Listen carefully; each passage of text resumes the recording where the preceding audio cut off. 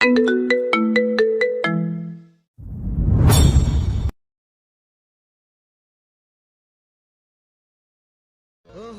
শুনছেন? আপনাদের কি বলতেছি, আপনাদের এই প্রিয় চ্যানেল থেকে আমি সাব্বির। আপনাদের এই প্রিয় চ্যানেলের এক একটা রহস্যময় মাফিয়া গল্পগুলো আপনাদের কাছে কেমন লাগে অবশ্যই কমেন্ট করে জানাবেন। আর হ্যাঁ, ভালো লাগলে চ্যানেলটাকে সাবস্ক্রাইব করে আমাদের পরিবারের একজন হয়ে পাশে থাকবেন। Thank you.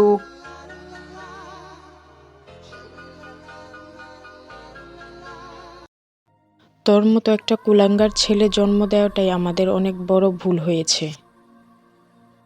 মায়ের মুখে এমন কথা শুনে নিলয় মুচকি হাসলো। নিলয়ের হাসি দেখে ওর বাবা আরো রেগে বলল, তোর থেকে রাস্তার কুকুর অনেক ভালো। তোর লজ্জা করে না এভাবে বাড়িতে বসে বসে খেতে?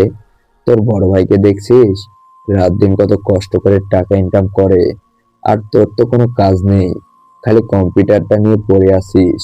নিলয় আবারও মুচকি হাসলো।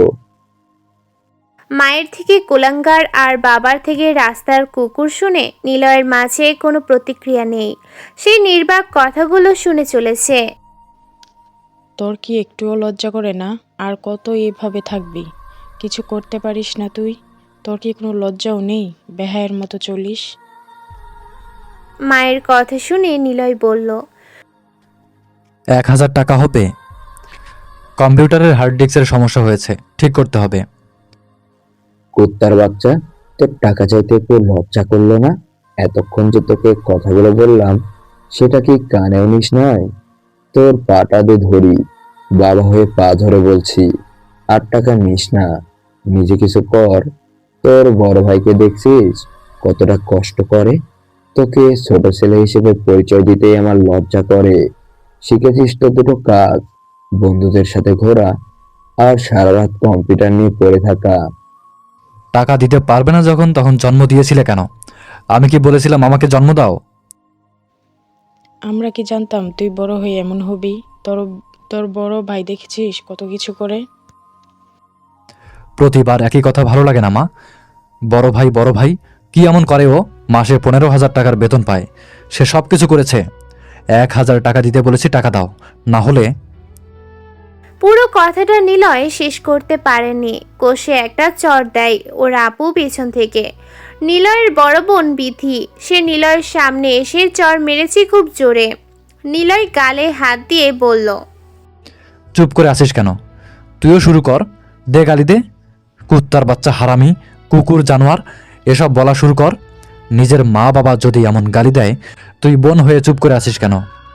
কিসের বাবা সে? 1000 টাকা দিতে পারে না, আবার সে হয়েছে পিতা। ওরকম পিতার আমি আর মা হয়েছে, তাই না? বড় ছেলেই তোমাদের। তুই কিন্তু মা বাবার সামনে গালি দিচ্ছিস। আমি কিন্তু তোকে আরো একটা চড় দিব কানে। তা তো ঠিকই বলেছি। কম্পিউটার সায়েন্স নিয়ে ইঞ্জিনিয়ার করছিস, বেকার কেন বসে আছিস? আর বাবা মা তোমাদের রোজ একই কথা ওকে বলতে হয় কেন? তোমাদের কি ও খুব জ্বালায়? আয় আমার সাথে। বিথি আপু নিলয়ের হাত ধরে ওর ঘরে নিয়ে যায়। ঘরের দরজা দিয়ে ভেতরে ঢুকে নিলয়কে বিছানায় বসায়। নিলয় কাছে, তবে শব্দ করে নয়, চোখের এক কোণা দিয়ে পানি পড়ছে ওর। আজ সকালে মা বাবা বসে চা খাচ্ছিল, আর ও যে টাকা চায়। 4 দিন আগেও সে টাকা নিয়েছে। আবার টাকা চাওয়ার জন্য সে এমন গালি শুনেছে মা বাবার কাছে। দেখ ভাই, তুই বড় হয়েছিস, মা বাবার সাথে এমন করে? নে ধর। বিথি আপা নিলয়ের দিকে 1000 টাকার নোট বাড়িয়ে দিল। নিলয় টাকার দিকে তাকিয়ে থাকে কিছুক্ষণ, তারপর বলে, টাকা লাগবে না। আরে ধর, তোর টাকা লাগবে আমাকে এসে বলতে কেন? মা বাবার কাছে টাকা চাইতে গিয়েছিল? জন্মটা তো ওরাই দিয়েছে, তাই না? প্রয়োজনটা ওদের মেটানোর কথা। বাদ দে, নে টাকা নে। কি করবি বল টাকা নিয়ে? আমি টাকা নেব না। তোর টাকা তুই রাখ। আমি জানি সারা দিন রাত সেলাই মেশিন চালিয়ে তুই টাকা জমিয়েছিস তোর পরীক্ষার অ্যাডমিশনের জন্য। সেই টাকা আমার লাগবে না। আরে পাগল, আমার তো এখনো পরীক্ষা বাকি আছে, টাকাটা নে। নিলয়ের পকেটে টাকা গুজে দেয় আপা। নিলয় ওর আপাকে জড়িয়ে ধরে। আসলে আজকের নীরার জন্মদিন। নীরা ওকে ইনভাইট করেছে জন্মদিনের। নীরা হলো নিলয়ের প্রেমিকা। 2 দিন আগে দেখা হয়েছিল ওদের। নীরা বলে, আমার জন্মদিন আসছে, প্রতিদিন তো বাদাম ছাড়া কিছুই খাওয়াতে পারো না। কোনো রেস্টুরেন্টে গেলে খাবারের বিল আমাকেই দিতে হয়। তোমার মতো এমন ফকিন্নি ছেলের সাথে কেন যে রিলেশন জড়িয়েছিলাম। না কখনো আমাকে গিফট দাও, আর না কখনো কোথাও ঘুরতে নিয়ে গিয়েছো। তোমার কাছে কি ভালোবাসাটা দামি রেস্টুরেন্টে বসে বেশি দামে খাবার কিনে খাওয়ার মধ্যে সীমাবদ্ধ? ভালো ভালো গিফট নিয়ে তোমার সামনে মেলে ধরাটাই কি ভালোবাসা? লোকাল বাসে নয়, বাইকে করে ঘুরে বেড়ানোটা কি ভালোবাসা? দেখো নিলয়, এত লেকচার শোনার সময় নেই আমার। ভালোবাসার সম্পর্কে জড়ালে হাত ধরে ঘুরতে হয়। কথার পরিধি বাড়ানোর জন্য অশ্লীল কথা বলাটাও যদি ভালোবাসার পর্যায়ে পড়ে, তাহলে রেস্টুরেন্টে বসে বিরিয়ানি, স্যুপ, দামি গিফট, বাইকে ঘোরা এগুলোও ভালোবাসা বলে, বুঝলো? ভালোই তো বললে, দামি রেস্টুরেন্টে খাওয়া, দামি গিফট, লং ট্যুর, পার্টি, এসবের পর যখন ওই ভালোবাসার জেরে রুমে নিয়ে গিয়ে একটু গায়ে হাত দিলেই সেটা ধর্ষণ হয়ে যায়, বিহেভ খারাপ, সব ছেলে একই রকম, এই হয়ে যায়, তাই না? দেখো নিলয়, এত পেঁচালের সময় নেই। জব করো। আমার বার্থডে আসছে। এই বার্থডেতে যদি গিফট না আনো আর ভালোভাবে না আসো, তোমার সাথে এটাই শেষ দেখা আর শেষ কথা বলা। নীরা কথাগুলো বলে চলে যায়। নিলয় নীরার থেকে এমন কথা শুনে বোবা হয়ে গেল। সে আর কথা খুঁজে পায়নি, কিন্তু নীরাকে সে অনেক বেশি ভালোবাসে, তাই ওর জন্য সব করতে পারবে। এই জন্য নিলয় এই 2 দিন বাড়ির বাইরে বের হয়নি। কম্পিউটার নিয়ে বসেছে। ওর কাছে 5,000 টাকা আছে, আর এই টাকা সে কম্পিউটার চালিয়েই পেয়েছে। কম্পিউটার ইঞ্জিনিয়ার আর সায়েন্স জানতে সে হ্যাকটা খুব ভালো মতোই পারে। এই জন্য ওর আশেপাশে থাকা বড় বড় গেমিং অ্যাকাউন্ট হ্যাক করে সে নিজেই ফিরিয়ে দেওয়ার নাম করে টাকা নিয়েছে।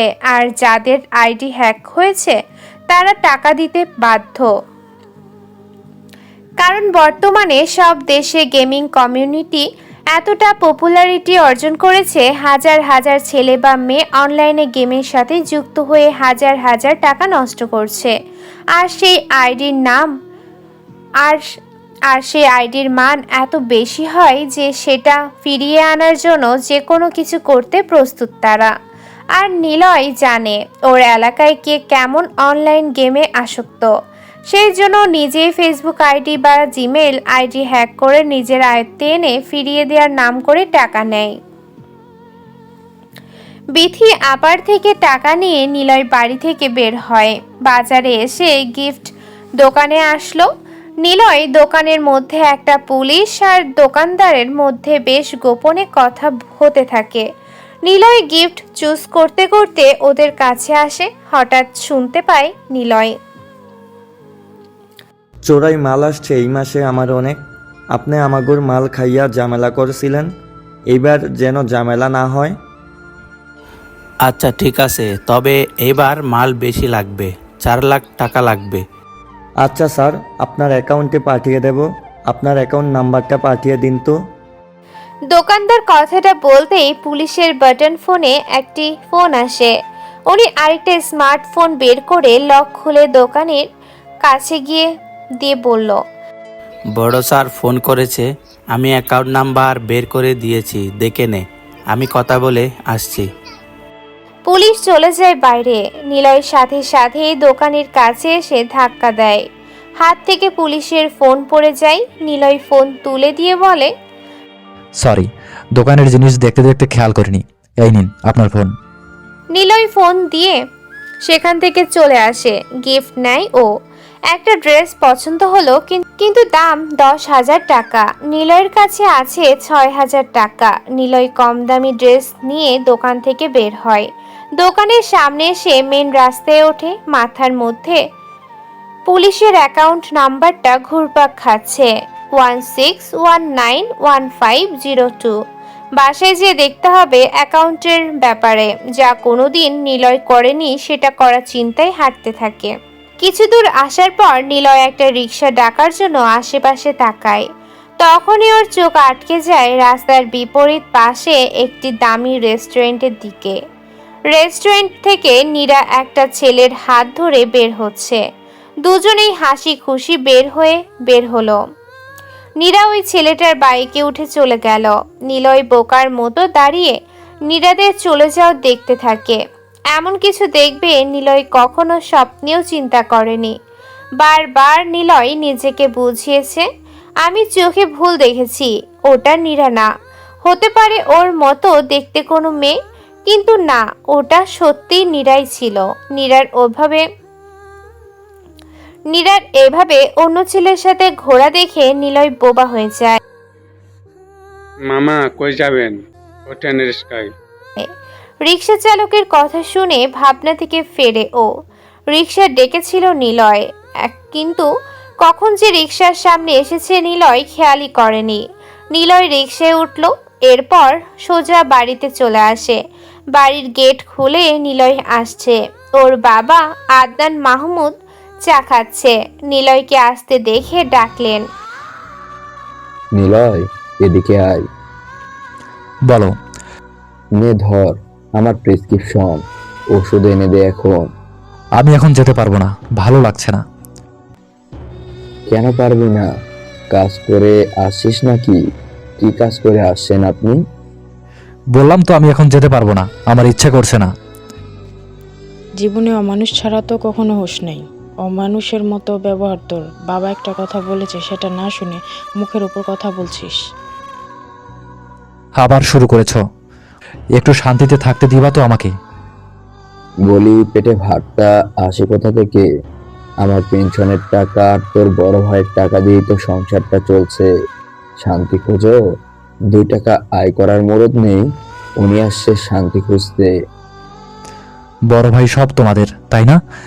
আমি তো কিছুই না। হওয়ার পর কেন আমাকে গলা টিপে মেরে ফেলোনি? আর হ্যাঁ, চাকরির জন্য তো চেষ্টা করেছি। ঘুষ চেয়েছে 20 লাখ টাকা, দিতে পেরেছো? সেইটা তো পারোনি। তোর পিছনে 20 লাখ টাকা খরচ করলেও সব যে জ্বলে যাবে সেটা খুব ভালো করেই জানি। সামনে থেকে যা। একেবারে বলো বাড়ি ছেড়ে চলে যেতে। তোমাদেরটা খাচ্ছি, বড় ভাইয়েরটা খাচ্ছি, কাজ করি না, চলেই যাই। তোর মতো ছেলে চলে গেলে আমাদের ভালোই হবে। যাস না কেন? নিলয় দরজায় একটা লাথি দিয়ে ঘরে চলে আসে। প্রতিদিন বাড়িতে এমন ঝামেলা নিলয়ের আর সহ্য হয় না। সব সময় একই রকম। সকালে একবার খোটা, খাওয়ার সময়ও একবার খোটা। সব সময় মা বাবা এমন করে নিলয়ের সাথে। নিলয়, দরজা খোল। নিলয় দরজা খুলে দিল। বিথি আপা ঘরে এসে বলল, দেখ নিলয়, তুই ঢাকাতে চলে যা, সেখানে কোনো হোস্টেলে থেকে চাকরি করার চেষ্টা কর। হোস্টেলে থাকার খরচ কে দেবে? আমি দেব, কষ্ট করে হলেও তোকে টাকা দেবো, চিন্তা করিস না। আর কত করবি তুই আমার জন্য? তোরও তো ইচ্ছা আছে। আমি চাই না আমার মতো কুলাঙ্গার ছেলের জন্য কারো স্বপ্ন, কারো আশা নষ্ট হোক। নিলয়, তোকে কেউ না বুঝলে আমি বুঝি। তুই ঢাকাতে যা, মাস্টার শেষ করতে পারবি চাকরি হলে। হুম। বিথি আপা চলে গেল। নিলয় কম্পিউটারের দিকে তাকায়। কম্পিউটারটা ওর আপা কিনে দিয়েছে। অনেক কষ্ট করে একটা একটা জিনিস কিনে দিয়েছে ওর আপা। তবে নিলয় স্টুডেন্ট হিসেবে যথেষ্ট ভালো ছিল। কম্পিউটারের সবকিছু খুব তাড়াতাড়ি ও নিজের মধ্যে আয়ত্ত করে নিত। একবার যেটা দেখতো সেটাই ও শিখে যেত।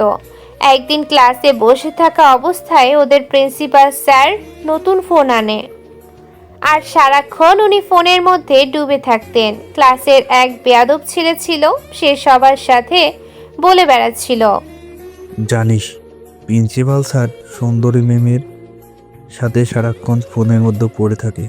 স্যারের ফোন যদি কোনো হ্যাকারের হাতে পড়ে, ওনার সব কীর্তি ফাঁস হয়ে যাবে। নিলয় কথাগুলো শুনে মজা পেলেও শেষের কথা শুনে নিলয় ভাবতেও থাকে, কোনো স্মার্টফোন কিভাবে হ্যাক করা যায়, তথ্য কিভাবে আমার আয়ত্তে আনা যাবে, এটা কি আদৌ সম্ভব? অন্য কারো স্মার্টফোন হ্যাক করা যাবে কখনো? নিলয় সেদিন ভাবতে থাকে অনেক কিছু ঘাটাঘাটি করে সে অনলাইনে একটি নতুন জগৎ খুঁজে পায়। সেই জগৎটা হলো খুবই ভয়ঙ্কর।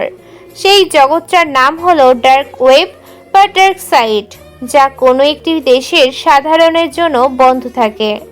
কিন্তু নিলয়ের মতো লোকের কাছে সে বন্ধ জিনিসটাই তো খোলা থাকবে। তারপর নিলয় ঘড়ির দিকে তাকায়। সকালে নীরার ওই ঘটনার পর নিলয় অনেকবার ফোন করেছে নীরাকে, কিন্তু নীরা একবারও নিলয়ের ফোন রিসিভ করেনি। নিলয় নিজেকে বুঝিয়েছে নীরা হয়তো ব্যস্ত আছে, সন্ধ্যা হয়ে এসেছে। নিলয় নীরার বাড়িতে যাওয়ার জন্য বের হলো। বাড়ি থেকে বের হতেই ওর বড় ভাইয়ের সাথে দেখা হলো। কোথায় যাচ্ছিস এখন? নে, বাবার ওষুধ নিয়ে দিয়ে আয়। তুমি এনেছো, তুমি নিজেই দিয়ে আসো। খুব ব্যস্ত নাকি তুই? না, ব্যস্ত না, তবে তাদের বড় ছেলেই তো সব, ছোট ছেলে কিছুই না। তো তুমি যাও। শোন, এডমি স্যার বলেছে প্রমোশন দেবে আমার, বড় পদে চলে গেলে বিয়েটাও করে ফেলবো তাড়াতাড়ি। করিও। কিছু টাকা দাও তো। নাই। থাক, লাগবে না। নিলয় বাড়ি থেকে বের হয়। বাড়ির সবাই ওর সাথে কেমন যেন করে। সবাই এক প্রকার অবহেলাই করে ওর সাথে। পরিবার বলতে ওর সবাই থাকলেও যেন কেউ নেই। নিলয় এসব ভাবতে ভাবতে নীরাদের বাড়ির দিকে এগিয়ে গেল। দামি বাড়ি নীরাদের। নিলয়ের সাথে ওর পরিচয় হয়েছিল খুব সাধারণভাবেই। নীরা গাড়ি থেকে নেমে ব্যাগ হাতে ফুলের দোকানে যাচ্ছিল। এমন সময় ওর ব্যাগ ছিনতাই করে একজন পালিয়ে যাচ্ছিল। নিলয় সেই ছিনতাইকারীকে সেখানেই ধরে ফেলে। নীরার ব্যাগ ফেরত দেয়। এরপর আস্তে আস্তে প্রায় সময় নিলয়ের সাথে নীরার দেখা হয়ে যেত। ভদ্রতার খাতিরে কথা বলতে বলতে দুজনের প্রতি ভালোবাসা তৈরি হয়। কিন্তু নিলয় কখনো বোঝেনি নীরা তার মতো করে ভালোবাসেনি। নীরা ছিল একদম বিপরীত মেরুর মানুষ। তবে নিলয় সবটাই মানিয়ে নেওয়ার চেষ্টা করেছিল। কিন্তু মানিয়ে নিতে হলে তো টাকার দরকার হয়। টাকা ছাড়া দুনিয়া চলে না, একদমই না। কিন্তু নিলয় কখনো বাড়ি থেকে টাকা নিতে পারেনি। কে দেবে টাকা? নিলয় এসব ভাবতে ভাবতে নীরাদের বাড়িতে প্রবেশ করে। অনেক লোকজন, কোট টাই পরা আর উন্নত মানের শাড়ি গহনা পরা মানুষগুলো নীরাদের বাড়ি ভর্তি করে ফেলেছে। সেখানে নিলয়ের কেনা ফুটপাত থেকে 350 টাকার শার্ট যেন এই বাড়ির ফ্লোর মোছার ময়লা কাপড়ের মতোই। নীরাকে ঘিরে অনেক লোকজন দাঁড়িয়ে আছে। হঠাৎ নীরা দেখতে পায় নিলয় এসেছে। নিলয়কে দেখে নীরা এগিয়ে যায়। সবাই নীরার দিকে তাকিয়ে আছে। নীরার সামনে এমন সিম্পল ভাবে আসা ছেলেটার দিকেও সবাই তাকালো। নীরা নিলয়ের হাত ধরে সবার সামনে চিৎকার করে বলল, হ্যালো এভরিওয়ান, আপনাদের সবাইকে আমি আমার একজন স্পেশাল মানুষের সাথে পরিচয় করিয়ে দেব। ও হলো নিলয়, আমার বয়ফ্রেন্ড। অবাক হচ্ছেন নিশ্চয়? অবাক হওয়ার কিছু নেই। সে আমার লুজার ফকিন্নি বয়ফ্রেন্ড। আমার জন্য সে গিফট এনেছে, অনেক দামি একটা গিফট। আপনারা সবাই দেখতে চান? আচ্ছা ওয়েট, কি গিফট এনেছে দেখাচ্ছি। নিলয় নীরার এমন কথোপকথনে অবাক হয়ে তাকিয়ে থাকে। মন ফ্রেশ হয়ে থাকা নিলয়ের হঠাৎ করে অধিক অপমানে মন খারাপ হয়ে গেল। মাথাটা নিচু করে নিল ও। উপস্থিত সবাই যেন মজা নিতে থাকে, কারণ তারা সবাই টাকাওয়ালা ভদ্র সমাজের লোক। সেখানে নিলয়ের মতো একটা ছেলে তুচ্ছ। নীরা নিলয়ের হাত থেকে গিফটের বক্সটা খোলে। একটি নীল রঙের 3000 টাকার কেনা শাড়ি সবার সামনে মেলে ধরে বলল, এই হলো আমার স্পেশাল মানুষের আনা দামি গিফট, যা আমাদের বাড়ির কাজের মহিলাকে খুব মানাবে।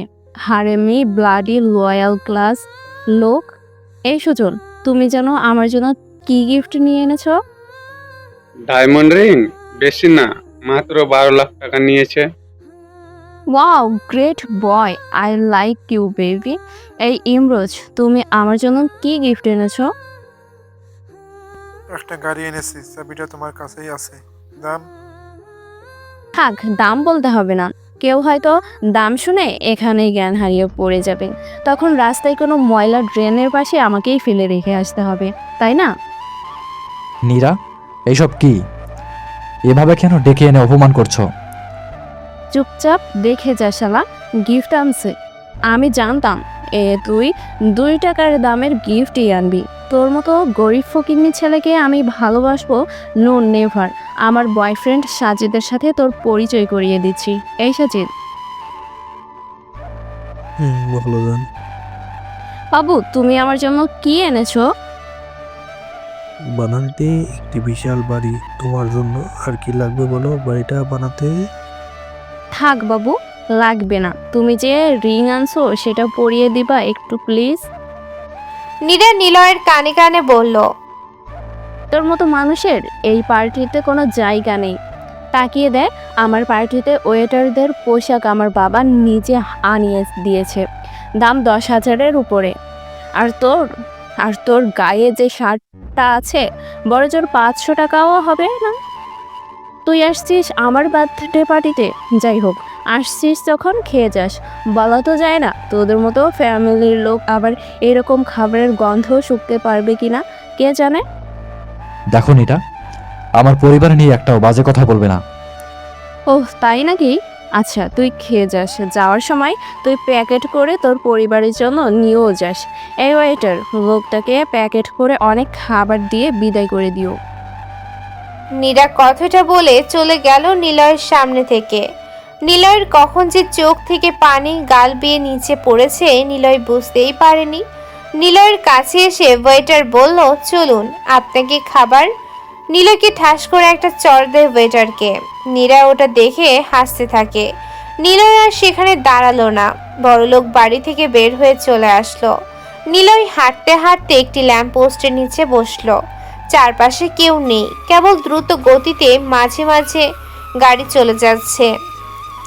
একটা কুকুর কিছুটা দূরে শুয়ে আছে। নিলয়কে আজ রাস্তার ওই অবহেলিত কুকুরের মতোই মনে হচ্ছে।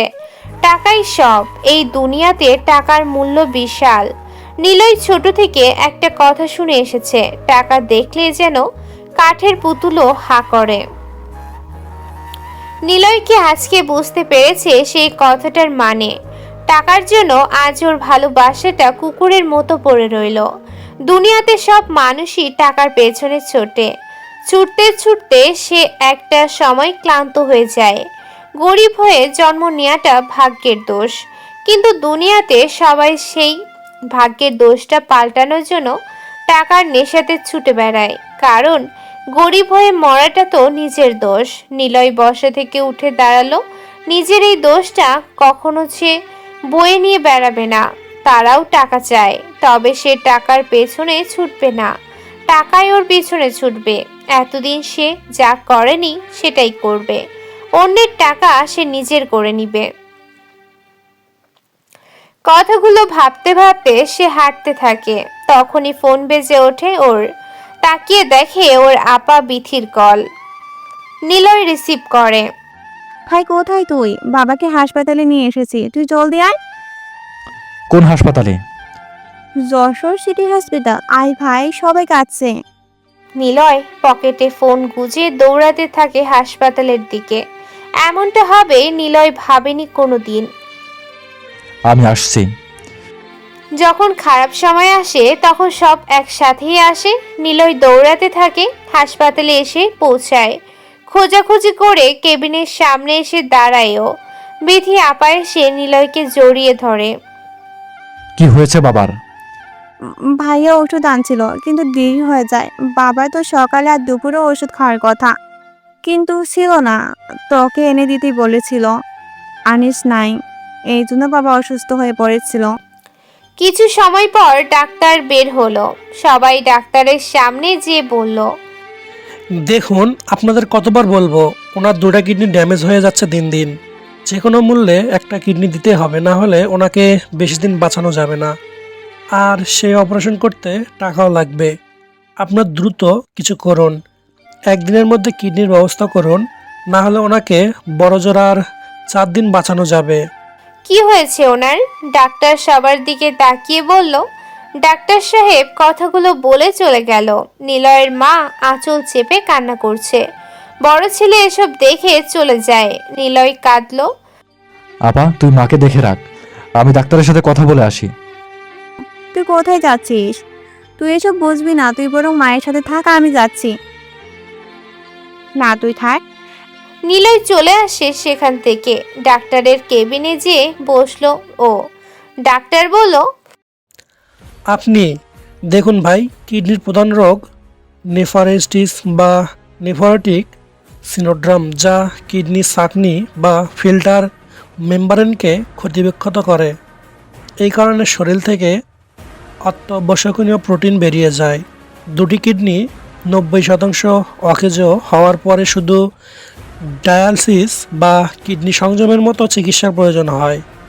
এটা পরিবারের সদস্যরা করতে পারবে, মানে পরিবারের কেউ ওনার বি পজিটিভ রক্তের সাথে মিল হলে তিনি একটি কিডনি দিতে পারবে। আমার রক্তের গ্রুপ সেম। ডাক্তার, আমি কিডনি দেবো একটা। আপনি দিবেন? ডাক্তার, আমি কিডনি দেবো একটা। তবে একটা অনুরোধ, আমার কথা কেউ জানবে না, বলবেন কিডনি কেউ একজন দান করেছে। আপনি এই অনুরোধটা আপনি দয়া করে এই অনুরোধটা রাখুন প্লিজ। আচ্ছা আচ্ছা, ঠিক আছে, আপনি চলুন। আরও একটা কাজ করবেন, আমার বাবা মা যদি জানতে চায় তাহলে বলবেন তাদের বড় ছেলে সব ঠিক করেছে। আচ্ছা, বুঝছি, টাকার ব্যবস্থা 2-1 দিন পরে করলেও হবে। আপাতত রোগীকে বাঁচানো যাক। ডাক্তার সবকিছু রেডি করতে থাকে। নিলয় ওনার কেবিন থেকে বের হলো। দরজায় ওর আপার সাথে দেখা হয়। নিলয় কিছুটা ভয় নিয়ে তাকিয়ে বলল, আপা, তুই কখন আসলি? এই তো এখন, তুই দেরি করছিস তাই আসলাম। ও আচ্ছা, চল মায়ের কাছে। আর চিন্তা নেই, বড় ভাইয়া সব ম্যানেজ করে নিয়েছে। তাই না? তাহলে তোর কিডনিটা কেন দিচ্ছিস? হো, তুই জানিস। আচ্ছা বাদ দে প্লিজ, মা বাবা আর ভাইকে কিচ্ছু বলিস না। যদি বলিস সেদিন আমি নিজেকে মেরে ফেলবো। বাহ, কি দারুণ কথা। হাসি পাচ্ছে রে ভাই, যে পিতা মাতা ভাই তোকে দেখতেই পারে না, যে ছেলে বিপদ দেখে চলে যায়, সেই ছেলেকে সবাই এত ভালোবাসা দিয়ে কিছুই পেল না, অথচ তোকে এত বকা দেয়, এত গালি দেয়। সেই তুই আজকে সবার জন্য এত বড় একটা স্যাক্রিফাইস করলি, তাহলে আমি কেন বাকি থাকবো? আমার ডাক্তারি পড়ার জন্য যে টাকা রাখা আছে 5 লাখ। ভাই, তুই যদি নিজের কিডনি দিয়ে গোপন রাখতে পারিস তাহলে আমিও পারবো, না হলে সবটা বলে দেবো আমি। আচ্ছা ঠিক আছে, মা বাবা বকা দেয় মানে সেটা দোয়ারে, আমি পরক্ষণেই ওনাদের সব গালমন্দ ভুলে যাই। চল এখান থেকে, আর এসব কাউকে বলবি না। নিলয় চলে আসে সেখান থেকে। ডাক্তারের সাথে যে গোপনে একটা কিডনি ওর বাবাকে দেয়। নিলয়ের বাবা সুস্থ হয় 2 দিনের মধ্যেই। ডাক্তারকে ডাক দেয় তিনি। ডাক্তার সাহেব, আমাকে কে কিডনি দিয়েছে?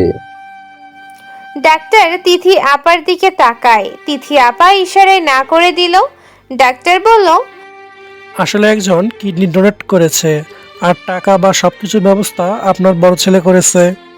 জানতাম সে সবই করবে। ছেলেটা হয়েছে বেয়ারা, কুলাঙ্গার অপদার্থ। তার তো কোনো চিন্তা হয় না আমাদের জন্য। সে কি দেখতেও আসেনি, তাই না? দরকার নেই ওর মতো ছেলের। নিলয়কে আমার ছেলে বলে পরিচয় দিতেও লজ্জা করছে এখন। বাবা, তুমি এখন বাড়িতে যেতে পারো, ডাক্তার বলেছে বাড়ি নিয়ে যেতে পারবো। ডাক্তার বলেছে বাড়ি নিয়ে যাওয়া যাবে। আদনান সাহেব বাড়িতে আসে। 2 দিন হলো নিলয় বাড়িতে আসছে না, কারণ সে হাসপাতালে বেডেই আছে। প্রচন্ড দুর্বল লাগছে ওর। নিলয়ের কথা খুব মনে পড়ছে নিলয়ের। তারপর বলি, নিলয় কোথায় থাকে? সে অপদার্থ বাড়িতে আসবে না নাকি? 3 দিন পর আদনান সাহেব সকালে চা খেতে খেতে কথাটা বলল। বিথি আপা ঘর থেকে বেরিয়ে বাবার কাছে যেয়ে দাঁড়ালো। ওনাদের বড় ছেলে নিবিড় বাজার নিয়ে বাড়িতে এসে দাঁড়াতেই আদনান সাহেব বলল, আমার বড় ছেলে হলো সোনার টুকরো, আর ছোটটা হয়েছে বেয়াদব অপদার্থ। আমার প্রমোশন হয়ে গেছে, আমি ম্যানেজার হয়েছি। বাহ, খুশির সংবাদ। বাবা, নিলয় আসছে।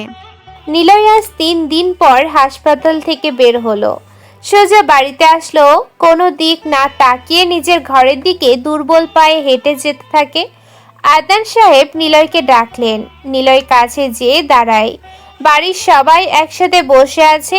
বিথি একটা টুল এনে নিলয়কে দেয়। নিলয়ের বাবা বলল, কি ব্যাপার বিথি, তোর বড় ভাই দাঁড়িয়ে আছে আর তুই নিলয়কে বসার জন্য টুল এনে দিলি কেন? নিলয় সেটা ভাইয়ের দিকে এগিয়ে দিয়ে চুপচাপ দাঁড়িয়ে থাকে। ওর বাবা আদনান সাহেব বলল, হয়েছিস তো একটা অকর্মণ্য। আমি যে মরে যাচ্ছিলাম সেসব খবর কি তুই কিছু জানিস? তা জানবি কেন? তোর তো আমাদের জন্য কোনো চিন্তা হয় না। তোর থেকে পশুরা অনেক ভালো, খাবার পেলে সেখানেই থাকে। হ্যাঁ বাবা, কি বলে এসব? আচ্ছা শোন, তোর ভাইয়ের প্রমোশন হয়েছে, দেখে কিছু শিখ। আসলে বাবা আমি এসেছি জানি তো, আমাদের দোয়া নিতে এসেছিস। আরে বাবা, আমাদের দোয়া তো সবসময় তোর সাথেই আছে। বলতে, মানে এমডি স্যারের মেয়েকে আমার সাথে স্যার বিয়ে দিতে চায়। কথাটা বলতেই ওহ, এই কথা? সমস্যা নেই, বিয়ে হবে। এটা তো আরো খুশির সংবাদ। নিলয় সেখান থেকে চলে গেল। ও আর দাঁড়িয়ে থাকতে পারছে না, বিছানায় যেয়েও শুয়ে পড়ে। মাথার মধ্যে নীরার কথাগুলো এখনো ঘুরপাক খাচ্ছে। টাকার পেছনে মানুষ ছোটে, কিন্তু নিলয়ের পেছনে টাকা ছুটবে। নিলয় ঘরের দরজা দিল, কম্পিউটারটি অন করল। ও এতদিন সে কম্পিউটার ভালো কাজের জন্য ব্যবহার করেছে, কিন্তু আজ থেকে সে আর এটা ভালো কাজের জন্য ব্যবহার করবে না। কম্পিউটার অন করে কিছু সময় চুপচাপ বসে কম্পিউটারের স্ক্রিনে তাকিয়ে থাকলো। মনে মনে মুচকি হাসলো। সে এখন চুরি করবে, তবে কারোর বাড়িতে বা স্থানে যে নয়। সে চুরি করবে ঘরে বসে। সে হ্যাকার হয়ে অন্যদের টাকা নিজের অ্যাকাউন্টে চুরি করে নিবে। সে আর দেরি করলো না, নিজের আইপি অ্যাড্রেস গোপন রেখে ডার্ক ওয়েবে প্রবেশ করলো। ডার্ক ওয়েব হলো এমন একটি সাইট যেখানে অন্যের সব তথ্য, অ্যাকাউন্ট থেকে শুরু করে একদম ব্যক্তিগত সব তথ্য হ্যাক করে হ্যাকার নিজের কবজায় নিতে পারে। তাই প্রথমত নিজের আইপি অ্যাড্রেস গোপন রেখে অন্যের আইপি অ্যাড্রেস জানতে হবে। নিলয় সব রকম ব্যবস্থা করলো। থানার দারোগা সিরাজ মিয়ার ফোন সব সময় ওয়াইফাই কানেক্ট থাকে। এই জন্য ওনাকে সব রকম সোশ্যাল মাধ্যমে অনলাইনে দেখায়। কারো সকল প্রকার তথ্য বা ইনফরমেশন এই আইপি অ্যাড্রেসে জমা হয়। নিলয় ডার্ক ওয়েবে প্রবেশ করে, যে কোনো একটি সাইটে যে সব রকম পদ্ধতি কমপ্লিট করে। একটা নিউ ইউআরএল কপি করে সিরাজ মিয়ার ফোনে পাঠালো। সিরাজ মিয়া তখন থানায় বসে আছে, চায়ের সাথে গোপনে সিগারেটও খাচ্ছেন তিনি। হঠাৎ ওর ফোনে মেসেজ টিউনের মতো নোটিফিকেশন বেজে উঠল। উনি চা রেখে ফোন হাতে নিলেন। ফোনের শাটার টেনে দেখলেন নোটিফিকেশন বারে একটা নতুন কোনো লেখা শো করছে। উনি কৌতূহলী হয়ে সেই লেখাতে ক্লিক করে একটি সাইডে প্রবেশ করলো, কিন্তু সেই সাইডে কিছুই নেই। উনি 5 সেকেন্ড সেখান থেকে বেরিয়ে আসলেন। মনে মনে অ্যাড শো আপ কোম্পানিদের গালি দিয়ে বললেন, কুত্তার বাচ্চারা খালি অযৌতুক মেসেজ কল দিয়ে জ্বালাতন করে, ওদের জ্বালায় শান্তি নেই। ইউটিউবে কিছুই দেখলেও অ্যাড শোয়ের ঠেলায় কিছুই দেখা যায় না। আর শান্তিতে একটু গান শুনবো, এইখানেও সমস্যা। এদিকে নিলয় মুচকে হাসলো। সে ওর অ্যাক্সেস লিংকে ক্লিক করে, একটা পেজ শো করে। পেজের নিচের অংশে সেই নতুন ক্লিক করা সিরাজ সাহেবের আইপি অ্যাড্রেসে থাকা সব রকম তথ্য এসে গেছে। সিরাজ সাহেব এখন একটি কল গার্লের সাথে ইমোতে মেসেজ সেক্স করছে। মেয়েটার সাথে সিরাজ সাহেব কথা বলছে। আজ রাত 10টার পর আসবো, বুঝলি? রেডি থাকিস। আপনি টাকা দেওয়ার সময় আমার সাথে 2 নাম্বারই করেন।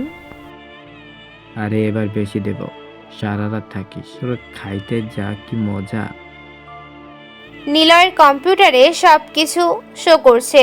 নিলয় সেগুলো কালেক্ট করে। সিরাজ মিয়ার একটি কল আসলো, বউ নামে নাম্বার সেভ করা। সিরাজ মিয়া কল রিসিভ করে। বউ বলে, এই সময় কল দিলা কেন? আরে শোনো, আমি তো বাপের বাড়িতে আছি, কিছু টাকা লাগবে। তোমার কার্ডটা পাঠিয়ে দাও, ব্যাংক থেকে টাকা তুলবো। পাঠিয়ে দিচ্ছি, পাসওয়ার্ড লিখে নাও। উত্তেজিত হয়ে বসে নিলয়। বহু বছর ধরে এই বিষয়ে পড়াশোনা করেছে ও প্রিন্সিপালের ফোনের আইপি অ্যাড্রেস এভাবেই হ্যাক করে নেয় নিলয়। সেখান থেকেই ওর এটা নেশাতে পরিণত হয়েছে। কিন্তু একবার এটা করার পর নিজেকে বোঝায় হ্যাক করাটা অন্যায়।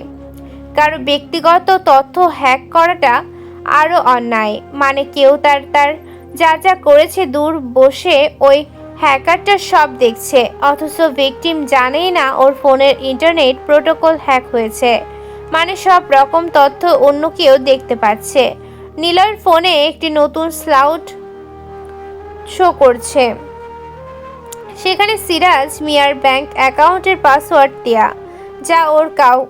যা ওর বউকে এইমাত্র মেসেজ করে পাঠিয়েছে। নিলয় তাড়াতাড়ি অ্যাকাউন্টের সেই নাম্বার পাঠিয়ে পাসওয়ার্ড পাতাতে যাবে, তখনই মনে হয় এমনটা করলে ধরা খেয়ে যাব। আগে কি ব্যাংকের সবকিছু তথ্য হ্যাক করব? এত সহজে তো হ্যাক করা যাবে না। আগে আমাকে হতে হবে অ্যানোনিমাস, মানে লুকায়িত ব্যক্তি হতে হবে। তার আগে আইপি অ্যাড্রেস হতে আমাকে লোকেশন হ্যাক করে নিতে হবে, তাহলে সব ঝামেলা থেকে মুক্ত পাবো। নিলয় সিরাজ মিয়ার ফোন কলের কনভারসেশন শুনতে পেল। সিরাজ মিয়া বলছে তার বউকে, বউ, অ্যাকাউন্টে 30 লাখ টাকা আছে, ব্যাংক থেকে তোমার যতটুকু লাগবে নিয়ে নিও। জানোই তো ছোট চাকরি, একটু ঘুষ না খেলে কি আর টাকা হয়? আমাদের ছেলে মেয়ে বড় হচ্ছে, তাদের তো দেখে রাখতে হবে, তাই না? আরও কিছু সময় প্রেমালাপ করে সিরাজ মিয়া ফোন কেটে দেয়। নিলয় ভেবেছিল সিরাজ মিয়ার ব্যাংক অ্যাকাউন্ট হ্যাক করা লাগবে, কিন্তু না, এত সহজে সব পেয়ে যাবে নিলয় ভাবতেই পারেনি। তবে সরাসরি ব্যাংক অ্যাকাউন্ট হ্যাক করতে হবে, আর সেটা খুব গোপনেই। নিলয়, দরজা খোল। কি হলো? দরজা খুলিস না কেন? নিলয়!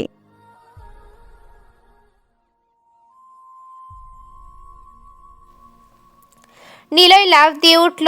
দরজায় ওর আপা ধাক্কা দিতে থাকে। নিলয় তাড়াতাড়ি কম্পিউটার বন্ধ করে দিয়ে দরজা খুলে দিল।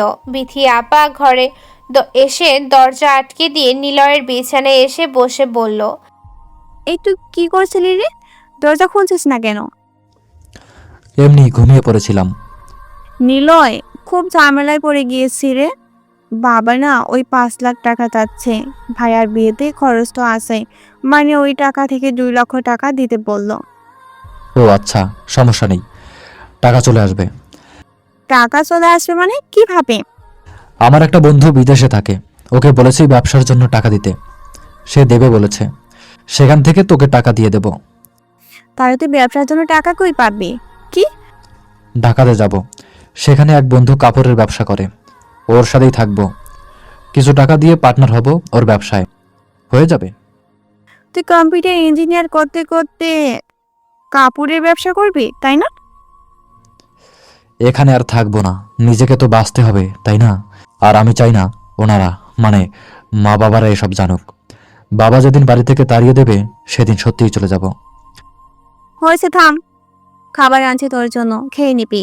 বাবা মার কথায় রাগ করিস না। বিথি আপা চলে গেল। নিলয় সেসবের কোনো খেয়ালই নেই।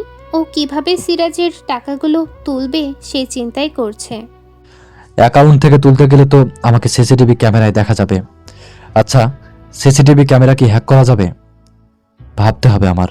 ফুটেজ ডিলিট করে দিতে পারবো তাহলে, কিন্তু কিভাবে আমি ক্যামেরার ফুটেজ হ্যাক করব?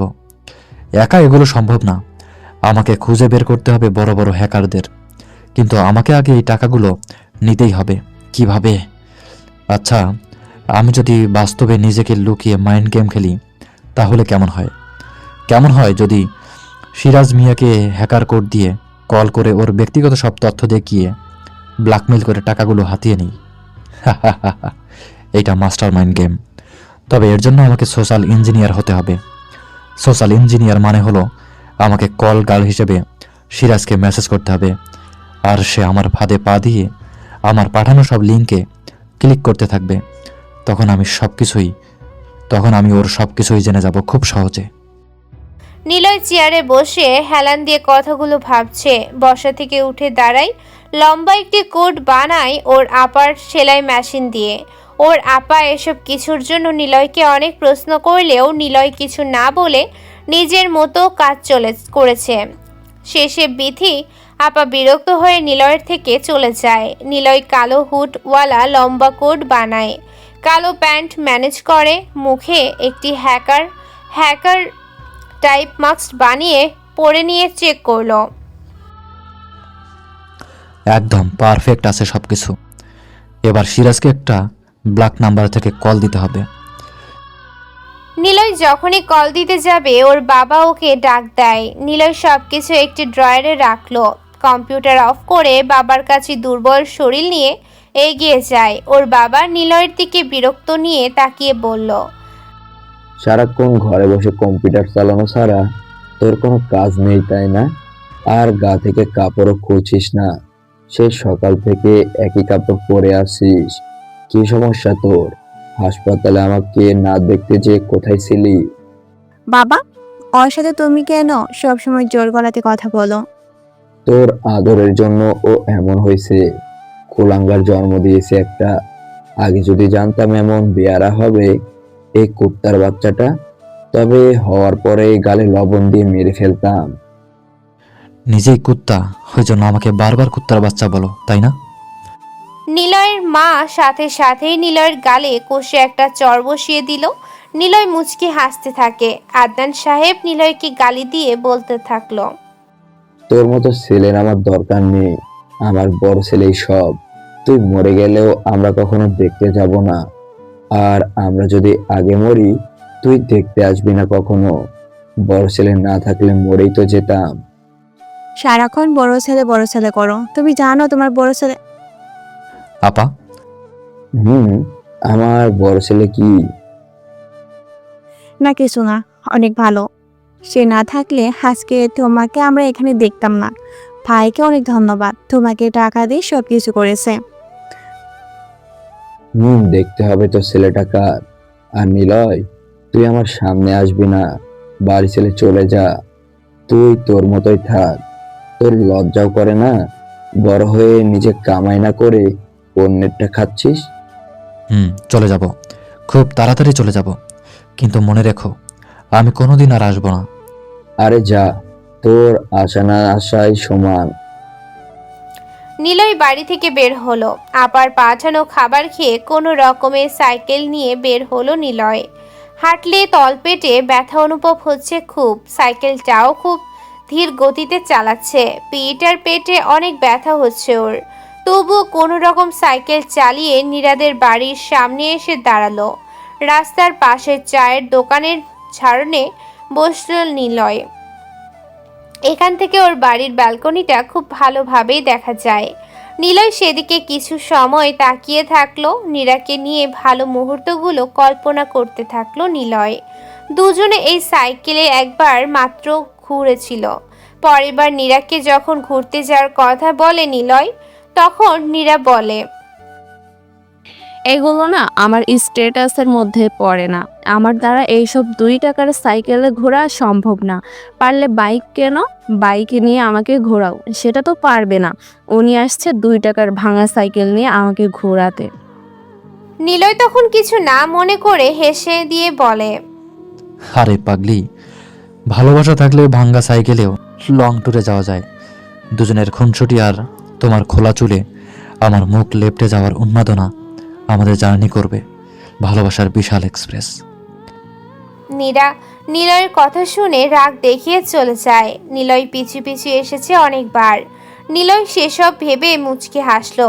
তারপর নিলয় নীরাদের বাড়ি থেকে চলে আসতে যাবে, হঠাৎ করে এটিএম বুথের সামনে এসে দাঁড়ায় নিলয়।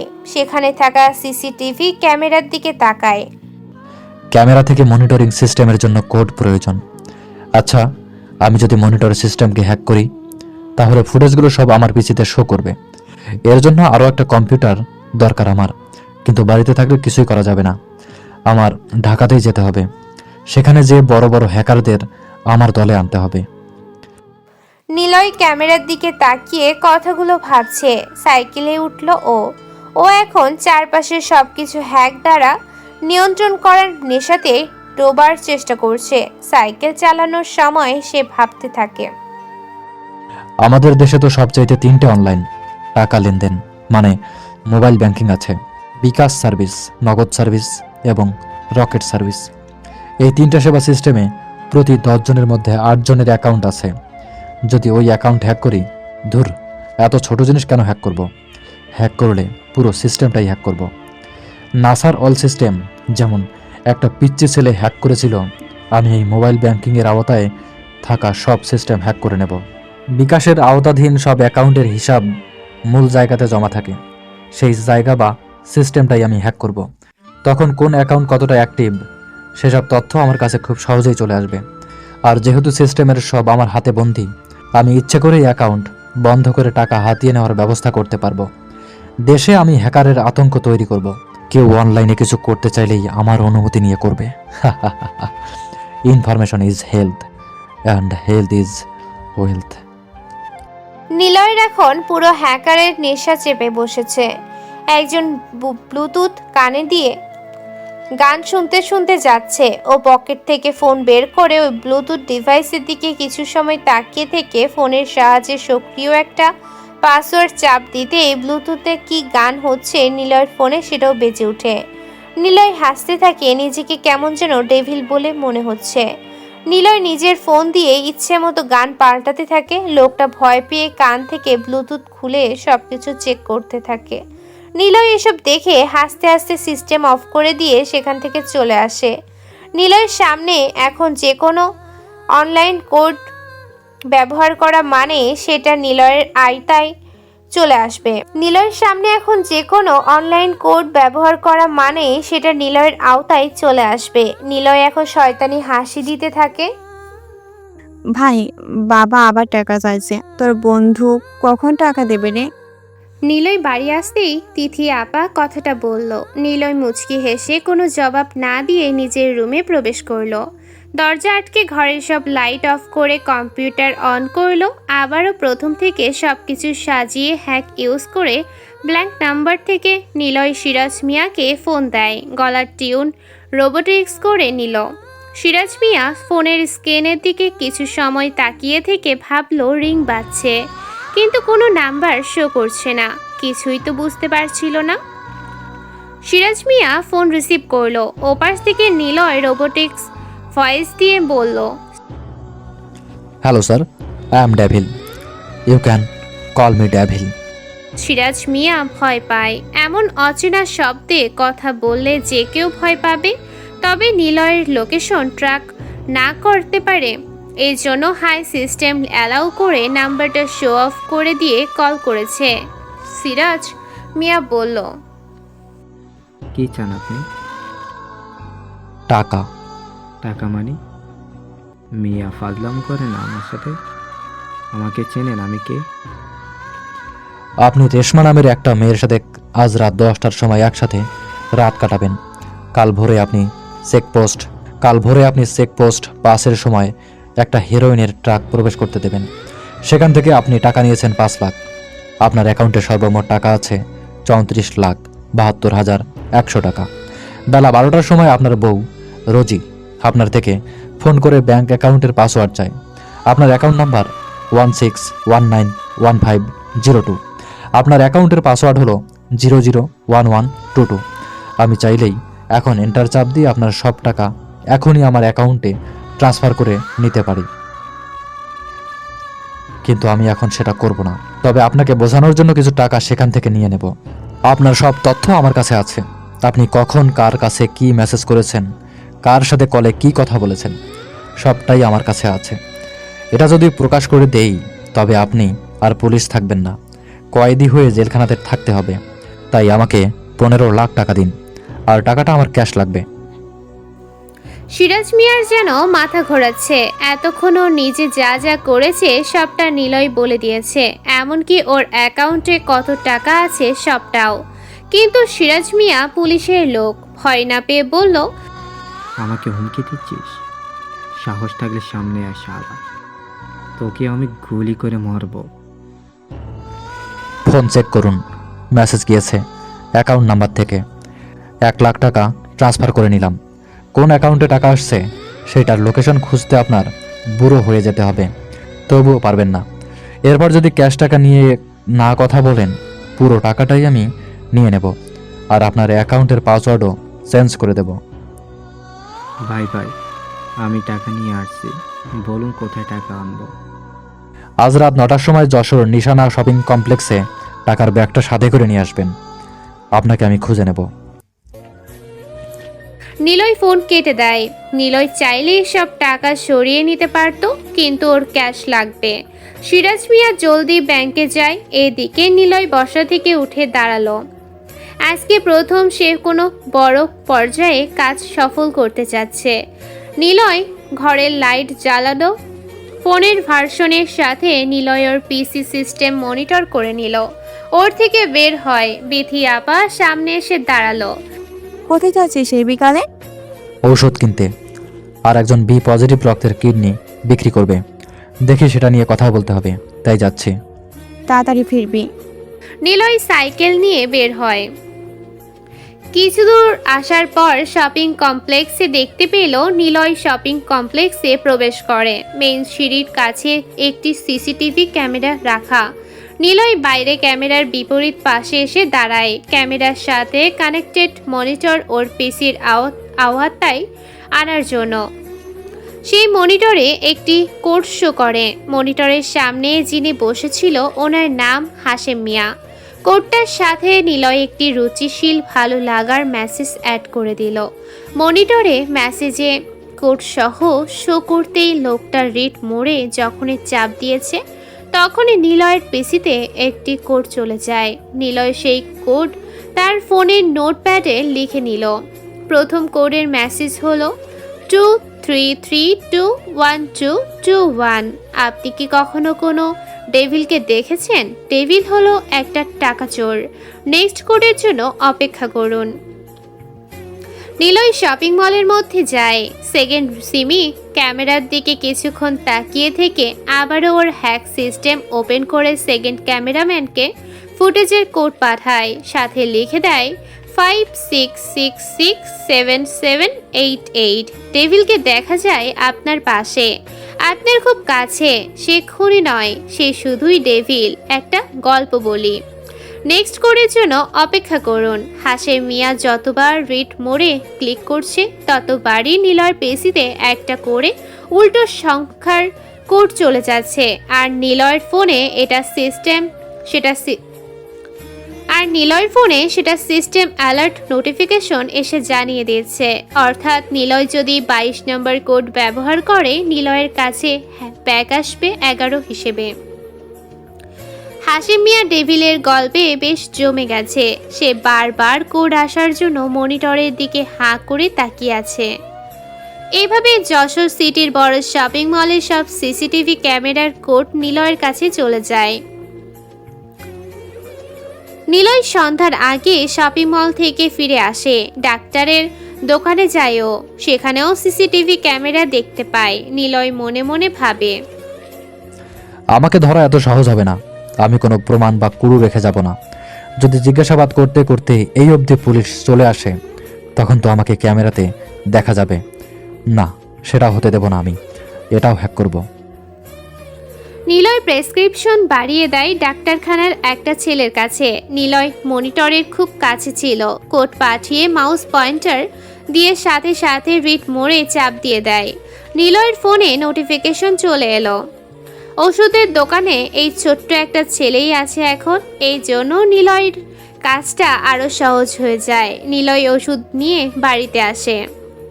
এখনই ওর বের হতে হবে। সবকিছু সিস্টেম নিজের কবজায় এনে ফেলেছে। বাড়িতে আসতেই দেখে 2টা প্রাইভেট গাড়ি দাঁড় করানো আছে নিলয়ের ফোনে। নিলয়ের মনে কোনো চিন্তা নেই। করুণ সে আইসি টিপিতে একজন পাক্কা মাইন্ড গেমার।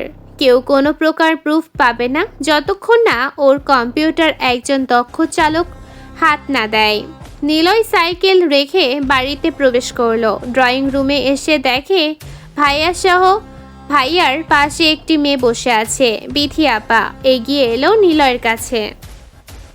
নিলয়, এরা হলো ভাইয়া শ্বশুর বাড়ির লোক, মানে ভাইয়াকে দেখতে এসেছে। আজকে আংটি পরিয়ে ফেলেছে। ভাবিটা কেমন সুন্দর না? হুম, তবে ভাবির পাশে থাকা একটা মেয়ে আছে, ওটা আরও বেশি সুন্দর। ওর নাম মন, ভাবি ছোট বোন, মানে তোর বয়সেই মেয়ে। স্যার, আমার ছোট ভাই নিলয় কম্পিউটার সায়েন্স নিয়ে পড়াশোনা প্রায় শেষের দিকে, ইচ্ছে আছে মাস্টার কমপ্লিট করবে। Hello sir. নিলয় আর কোনো কিছু বলল না, নিজের রুমে এসে দরজা আটকে দিল। নিলয় তাড়াতাড়ি ফোন বের করে পিসি অন করে ডার্ক ওয়েবে প্রবেশ করলো। সিসিটিভি ক্যামেরার জন্য ওর বানানো একটি ওয়েবসাইট প্রবেশ করে একটা পেজে ঢুকলো। সবগুলো পেজে মোবাইলে থাকা সব কোড একটা একটা করে পাতালো।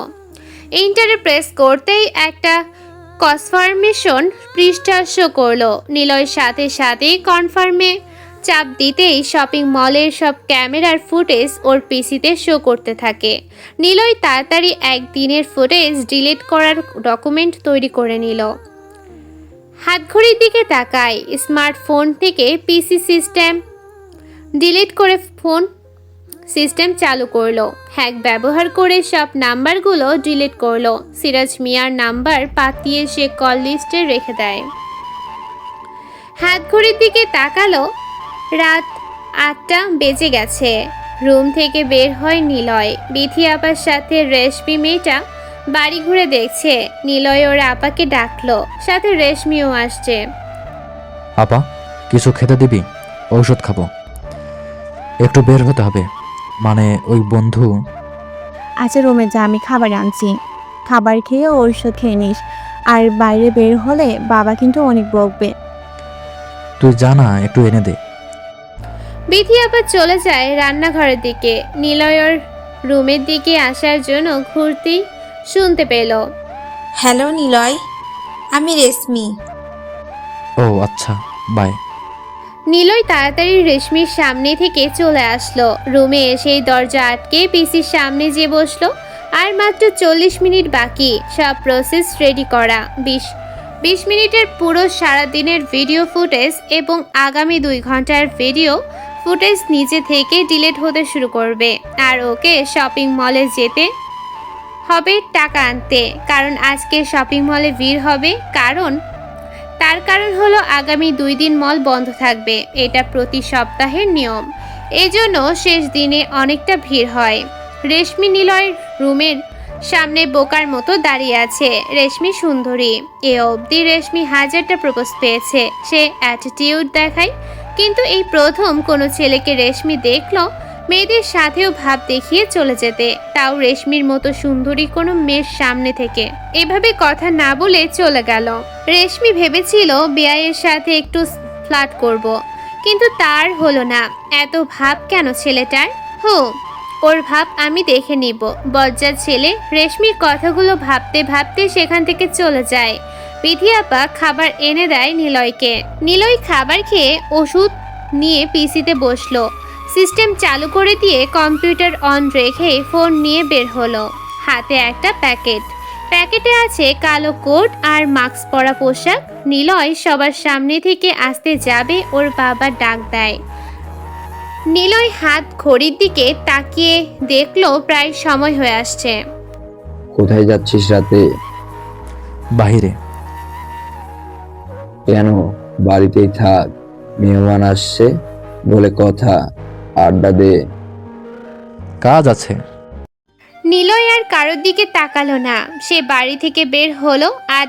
আদনান সাহেব মনে মনে নিলয়কে গালি দিয়ে মুখে হাসি রেখে ব্যাপারটা সামলে নিল। নিলয় সাইকেল নিয়ে শপিং মলে আসলো। ও পিসি অন আসার সময় নিজের ঘরে তালা দিয়ে চাবি নিয়ে এসেছে নিলয়। এতক্ষণ ওর কম্পিউটার কাজ শুরু করে দিয়েছে।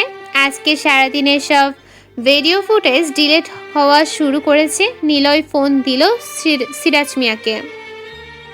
টাকার ব্যাগটা নিয়ে শপিং মলের সামনে আসুন। তারপর পার্কিং লটে দেখবেন একটা পুরনো সাইকেল রাখা, সেই সাইকেলে উঠবেন। তারপর সাইকেল নিয়ে সেখান থেকে বাম পাশে আসবেন। সেখানে এসে একটা বন্ধ চায়ের দোকান পাবেন, সেখানে এসে বসুন। তারপর সেখানে এসে দেখবেন একটা কালো ব্যাগ। আপনার ব্যাগ থেকে টাকা বের করে ওই ব্যাগে রাখুন। কারণ আপনার টাকায় পাউডার লাগানো আছে, সাথে আপনার ব্যাগে লোকেশন চিপ রাখা। ব্যাগ সহ সেসব পিছনের পুকুরে ছুঁড়ে ফেলুন। তারপর ব্যাগটা কাঁধে নিন, এরপর যেতে থাকুন। তবে হ্যাঁ, আপনার সব অপকর্ম এখনই কমিশনারের কাছে চলে যাবে। এই কেন কেন? পেছনে ফলো করা পুলিশদের চলে যেতে বলুন। আচ্ছা ঠিক আছে, তারপর কি করব? সোজা চলে যান, কবরস্থান পাবেন। সেই কবরস্থানের গেটের সাথে ব্যাগটা ঝুলিয়ে রাখুন। কি, ব্যাগে 15 লাখ টাকা আছে? সেটা কবরস্থানে গেটে কাছে ঝুলিয়ে রাখবো? সেটা আমি বুঝবো। আচ্ছা, কিন্তু তুই কোথায়? তুই আসবি না টাকা আনতে? আপনি ব্যাগ আর সাইকেল রেখে সোজা চলে আসুন, আশেপাশে একদম তাকাবেন না। আমি কোথায় বলছি, তবে 15 মিনিটের মধ্যে আসতে হবে, তাহলে আমাকে পাবেন। তুই বল, আমি যাচ্ছি। আমি তো শপিং মলে 2য় তলায় ছেলেদের আন্ডার প্যান্ট দোকানের মধ্যে শপিং করছি। নিলয় ফোন কেটে দেয়।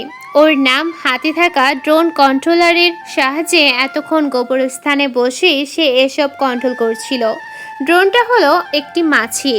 নিলয় গেট খোলেই সিরাজ মিয়া শপিং কমপ্লেক্সের মধ্যে আসলো। নিলয় কবরস্থান থেকে বের হলো।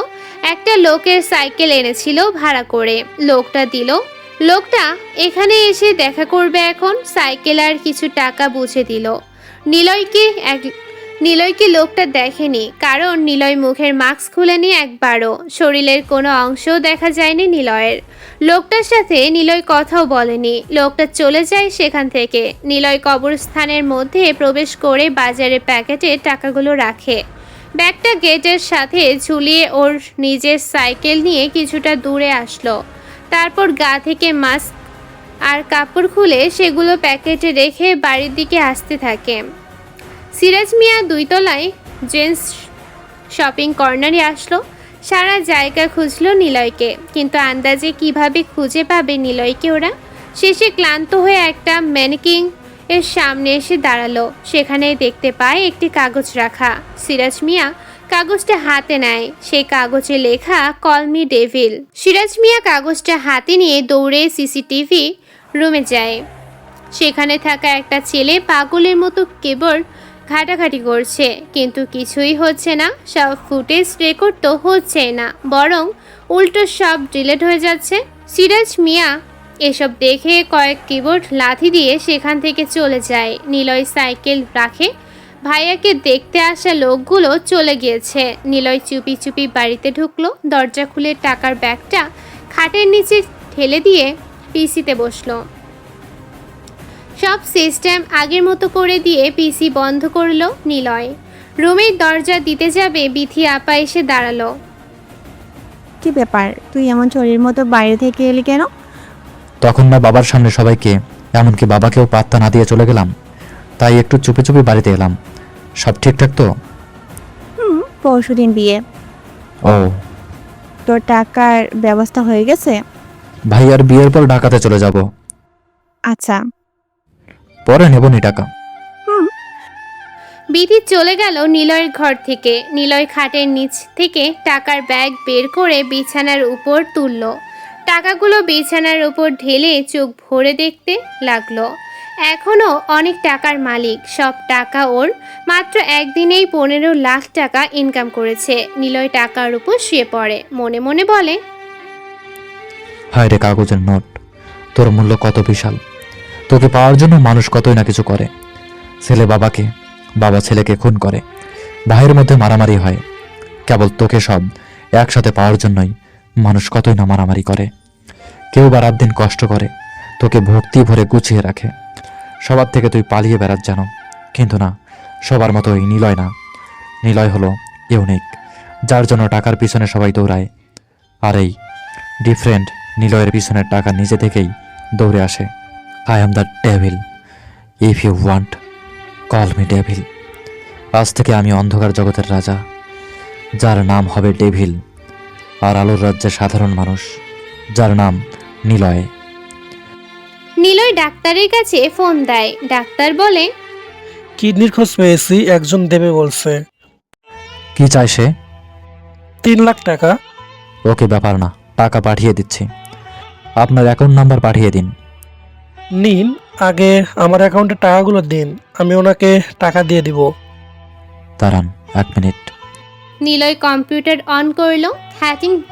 হ্যাকিং জগতে ঢুকে আবারও ব্যাংক অ্যাকাউন্ট নাম্বার সেখানে পাঠায়। ডাক্তার অ্যাকাউন্ট নাম্বার বলে। নিলয় নোট করে রেখে দেয়। ফোন কেটে দিল। নিলয় মুচকি হাসলো। এ যেন এক নেশাতে পড়ে গিয়েছে। নিলয় ওর নিজের আইপি অ্যাড্রেস চেক করলো। সেটা লুকায়িত অবস্থায় আছে, যা প্রক্সি দ্বারা হাইড করে রাখা হয়েছে। কারণ নিলয় যদি সাধারণ তথ্য আদান প্রদানের জন্য গুগল বা যোগাযোগ মাধ্যম ব্যবহার করে, তবে নিলয়ের আইপি অ্যাড্রেস সহজেই শনাক্ত করে ফেলবে। এই জন্য নিলয়ের সব আইডেন্টিফিকেশন প্রক্সি দ্বারা লুকায়িত আছে, যা নিলয়কে সকল প্রকার অ্যানোনিমিটি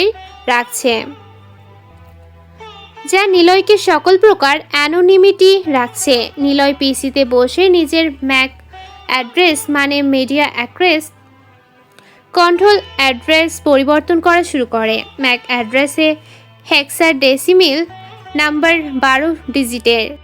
নিলয় সেটা পরিবর্তন করে নিজেকে পুরোপুরিভাবে সুরক্ষিত রাখলো। এখন আর কোনো চিন্তা নেই, কেউ ওকে ট্রেস করতে পারবে না। 2 দিন পর নিবিড়ের আজ বিয়ে হয়েছে। মেয়ে বাড়ি থেকে বউয়ের সাথে রেশমি এসেছে।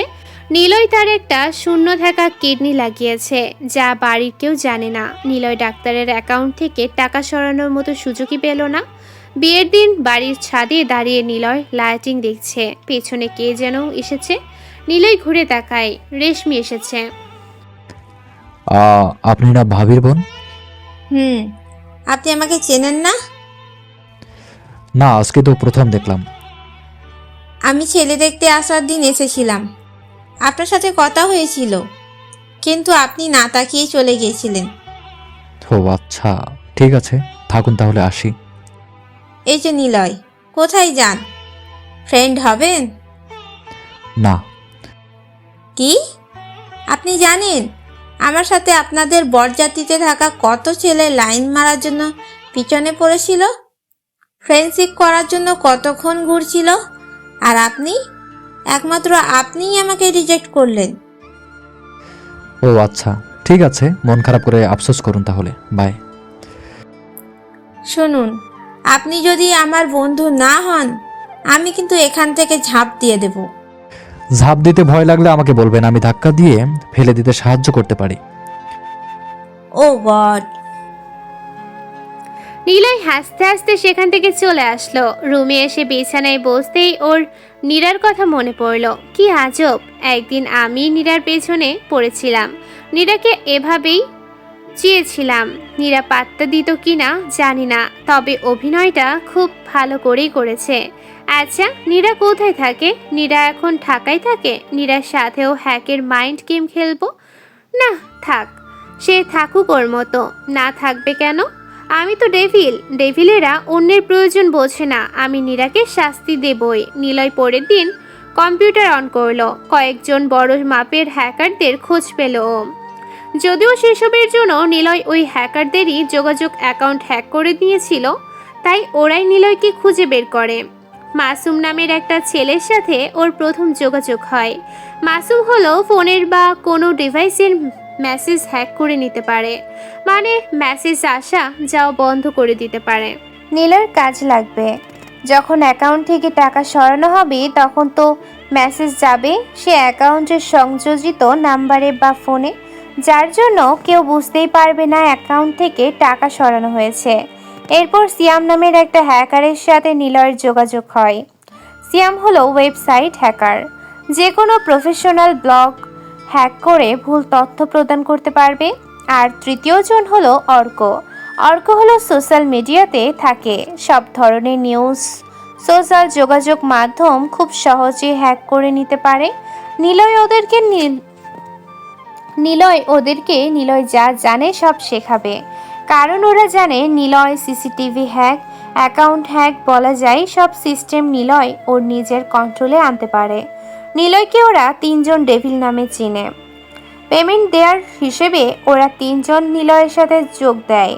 ওরা অবাক হয় এই দেশে এমন বড় লেভেলের কোনো হ্যাকার আছে দেখে। যার নাম ভয়ঙ্কর টাইপ। নাম শুনেই ওরা বুঝে যায় ডেভিল কোনো সাধারণ হ্যাকার নয়। ডেভিল ওদের অ্যাকাউন্টে থাকা পাঠিয়ে দিয়েছে। এক একজনকে মাসে 1 লাখ টাকা করে দেবে, সেটার কন্ট্রাক্টও করেছে। সিয়াম, অর্ক আর মাসুম এত টাকা বেতন পাবে শুনে অবাক হয়ে যায়। কিন্তু ডেভিল কাঁচা খেলোয়াড় না, সে ঠিকই তো ওদের 3 জনের ব্যাংক অ্যাকাউন্ট হ্যাক করে নিয়েই টাকা পাঠিয়েছে। ইভেন ওদের সব তথ্যও কালেক্ট করেছে। নিলয় যেখানে পা দেয় সে এলাকার সবকিছু যা নেটওয়ার্কের সাথে অন্তর্ভুক্ত, সবটা নিলয়ের কথা মতো কাজ করবে। অন্যের ডিভাইস নিলয়ের কন্ট্রোলে চলে আসে তখন। এজন্য সে ডেভিল, কারণ সে একটাই কথা জানে, information is health and health is wealth. Niloy ঘুমিয়ে আছে, হঠাৎ চিৎকার চেঁচামেচি শুনতে পেল। মা একটু জোর গলাতেই কাকে যেন কি বলছে। দেখুন মা, আমি বাপের বাড়িতে কোনোদিন রান্নাঘরে যাইনি, আপনি রোজ রোজ ডাকবেন না তো। আর আমি এত সকালে কোনোদিন উঠি না, শুধু শুধু কেন ডাকেন? দেখো বৌমা, এটা তোমার বাপের বাড়ি না, এখানে নিয়ম মাফিক চলতে হবে। কিছু না করো, চা তো বানাতে পারো রোজ সকালে উঠে। আমার মেয়েকে দেখেছো, সে অনেক কাজ করে, আর তুমি ঘুম থেকে উঠে 10টার পর। কেন? এটা তোমার বাড়ি না। এক্সকিউজ মি, আমি আপনার বাড়ির কাজের মহিলা নয়, সো আমার সাথে কাজ নিয়ে কথা বলবেন না। এটা আমার বাড়ি না, বাড়ি না কেন করছেন? আপনার ছেলে উঠলে ওকে নিয়ে আমি চলে যাওয়ার ব্যবস্থা করছি। কি বললে তুমি? আমার ছেলেকে নিয়ে যাবে? ও কখনো আমাদের ছেড়ে যাবে না। নিলয় ঘুম ঘুম চোখে দরজা খুলে দেখে মা আর ভাবি ঝগড়া করছে। নিশা ভাবি নিলয়ের মাকে বলছে ওনাদের ঝগড়া চলছেই। নিলয় সেসব দেখে মুচকি হাসছে। ভাইয়া উঠল, তারপর ওমা আর ভাবির ঝগড়া চলছে। আদনান সাহেব এসে দাঁড়ালেন ওনাদের সামনে। বিধিও দৌড়ে আসলো। নিলয় কেবল দরজার পাশে দাঁড়িয়ে চুপচাপ কথা শুনছে। ভাবি নিশি আফরোজ বলল, আমি কোনো কাজের লোক না যে আমাকে দিয়ে আপনারা কাজ করাবেন। বৌমা, নিজের বাড়িতে কেন কাজের লোক হিসেবে কাজ করবে? তুমি তো ভালোবেসে কাজ করবে। আপনি চুপ করুন। রোজ আপনার সামনে চা নিয়ে যে মিনমিন গলায় বলতে পারবো না বাবা চা নেন, এটা খুব বিরক্তিকর। দরকার হলে আপনি আপনার মেয়ে বা বউকে বলবেন। একটা অপদার্থ ছেলে আছে, তাকেও বলবেন। আমি কেন? কাজের লোকও বা কোথায়? এসব কিছুর জন্য কাজের লোকের কেন দরকার হবে? আমাকেই তো কাজের লোক বানাচ্ছেন। থাকবো না এ বাড়িতে। নিবিড়, শুনছো? একবার এসে দেখো তোমার বাবা মা বোন ভাইয়েরা আমার সাথে কেমন ব্যবহার করছে। নিবিড় ঘুমাচ্ছিল।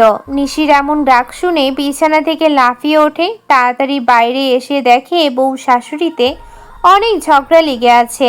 নিবিড় বলল, কি হয়েছে? এমন চিৎকার করছো কেন? তোমার মা আমাকে দিয়ে বাড়ির সব কাজ করায়। এজন্য কি তোমাকে ভালোবেসে এখানে এসেছি?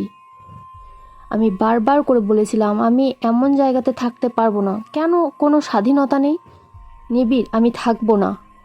আলাদা হবা, না হয় তোমার বাবা মা ভাই বোন সবাইকে বের করে অন্য জায়গায় রাখবা। আমি আর তুমি থাকবো। কি বললে বৌমা? আমাদের ছেলে তোমাকে নিয়ে একা থাকবে? এমনটা তো সে কখনো করবে না। আমরা ওকে চিনি, দরকার হলে তোমাকে রেখে আসবে, তবু ওর পরিবারকে ছাড়বে না। সবাই একটু চুপ থাকবা প্লিজ। খোকা, তুই বল, এভাবে থাকা যায়? সামান্য কথা নিয়ে তোর বউ কত কিছু বলল। মা চুপ থাকো তো। নিশিকে কি কাজের মেয়ে বানিয়ে রাখবা তোমরা? এভাবে কেন বলছিস? তোরও বোন আছে তো, বাসায় কাজ করে নাকি? তাহলে কি তোর বোন কাজের মেয়ে? দেখো, আমার বোন যে ফ্যামিলির আর নিশি সেরকম ফ্যামিলির না। ওকে কেউ কিছু বলবা না, বললে কিন্তু আমি ওকে নিয়ে আলাদা হয়ে যাব। ভাইয়া কথাটা বলে ভাবিকে নিয়ে ঘরে চলে যায়। মা আর বাবা দাঁড়িয়ে শুকনো দৃষ্টিতে তাকিয়ে থাকে বড় ছেলের দিকে। নিলয় দরজার কাছে দাঁড়িয়ে মুচকি হাসছে। বিথি এটা খেয়াল করে কিছুই বলেনি। নিশি ভাবি ঘরের যে দরজা আটকে দেয় নিবিড়ের পাশে বসে বলল, দেখো নিবিড়, আমার পক্ষে এভাবে থাকা সম্ভব না। আমাকে আলাদাভাবে রাখো। আমি তোমার মায়ের বাবার অর্ডার পালন করতে আসিনি। বাদ দাও তো। কি বাদ দেব? 1 সপ্তাহের মধ্যে আলাদা হবা। আর তোমার গুণধর ছোট ভাইকেও বলবা বাড়ি থেকে চলে যেতে। সংসার তোমার খাওয়াবে তুমি, আর কথা শুনতে হবে আমার। এমন কেন? তোমার ভাই বোনকে তাড়াবে এক্ষুনি। শান্ত হও নিশি, দেখছি কি করা যায়। আদনান সাহেব আর তার স্ত্রী ব্যালকনিতে বসে সকালের কথাগুলো ভাবছে। যে ছেলেকে এত আদর করলাম, ভালোবাসলাম, সেই ছেলে আজকে বউয়ের পক্ষ নিয়ে আমাদের কথা শোনালো। নিবিড়ের মা। সবটাই কপালে ছিল। ছোট ছেলেটা কিছু করে না, বড় ছেলে বউর কথায় চলে। এমনটা হবে কখনো কল্পনা করিনি। বাদ দাও, ছোট ছেলেকে বড় ছেলেকে খাওয়াতে পারবো না, এটা ওর বউয়ের কথাই বোঝা যাচ্ছে। নিবিড় অফিসের জন্য রেডি হয়। নিশি বিছানায় বসে ভাবছে, আচ্ছা আমি যদি নিলয়কে তাড়ানোর ব্যবস্থা করি তাহলে কেমন হয়? নিলয় চলে যাবে বাসা থেকে, এরপর এখানে সব কিছু আমাদের হবে, আমার বর সব কিছু পাবে। নিবিড় অফিসে চলে যায়। নিশি জোরে জোরে ডাকে নিলয়কে। নিলয় ঘরে বসে আজকে সকালের কথাগুলো ভাবছে আর মনে মনে হাসছে। ভাবি ওকে ডাকছে, নিলয় না শোনার ভান করে বসে আছে। ভাই, তোকে ভাবি ডাকছে, শুনছিস না কেন? আমিও কারো কথা শোনার মধ্যে নেই। আমি কেন ওনার কথা শুনবো? আরে যা, শুনে আয়। নিলয় ভাবির ঘরে আসলো। নিশি ভাবি সালোয়ার কামিজ পরে আছে, বুকে ওড়না নেই। নিলয় একবার তাকিয়ে ঘর থেকে বের হতে যাবে, নিশি ভাবি তখন ডাক দেয়, নিলয় শোনো, আমার কাঁধে না অনেক ব্যথা করছে, একটু মালিশ করে দাও। কোনোদিনই ভাবিনি আমি। ছি, এত জঘন্য একটা ছেলে, ভাবতেই আমার নিজের লজ্জা হচ্ছে। বাপ হয়ে ছেলের এমন কীর্তি কেউ সহ্য করতে পারবে না। বাবা, আমার কথা কেন শুনছো না? আমি তো তোমাকে। চুপ, আর একটাও কথা বলবা না তুমি। তোমার লজ্জা করে না মায়ের মতন ভাবিকে এমন অসম্মান করতে? তোমার ভাই আসুক আজকে। মা, ওর হয়ে আমি ক্ষমা চাইছি। দয়া করে নিবিড়কে কিছু বলো না। নিলয় কখনো তোমার আশেপাশেও আসবে না। আচ্ছা ঠিক আছে, এবারে মতো মাফ করে দিলাম।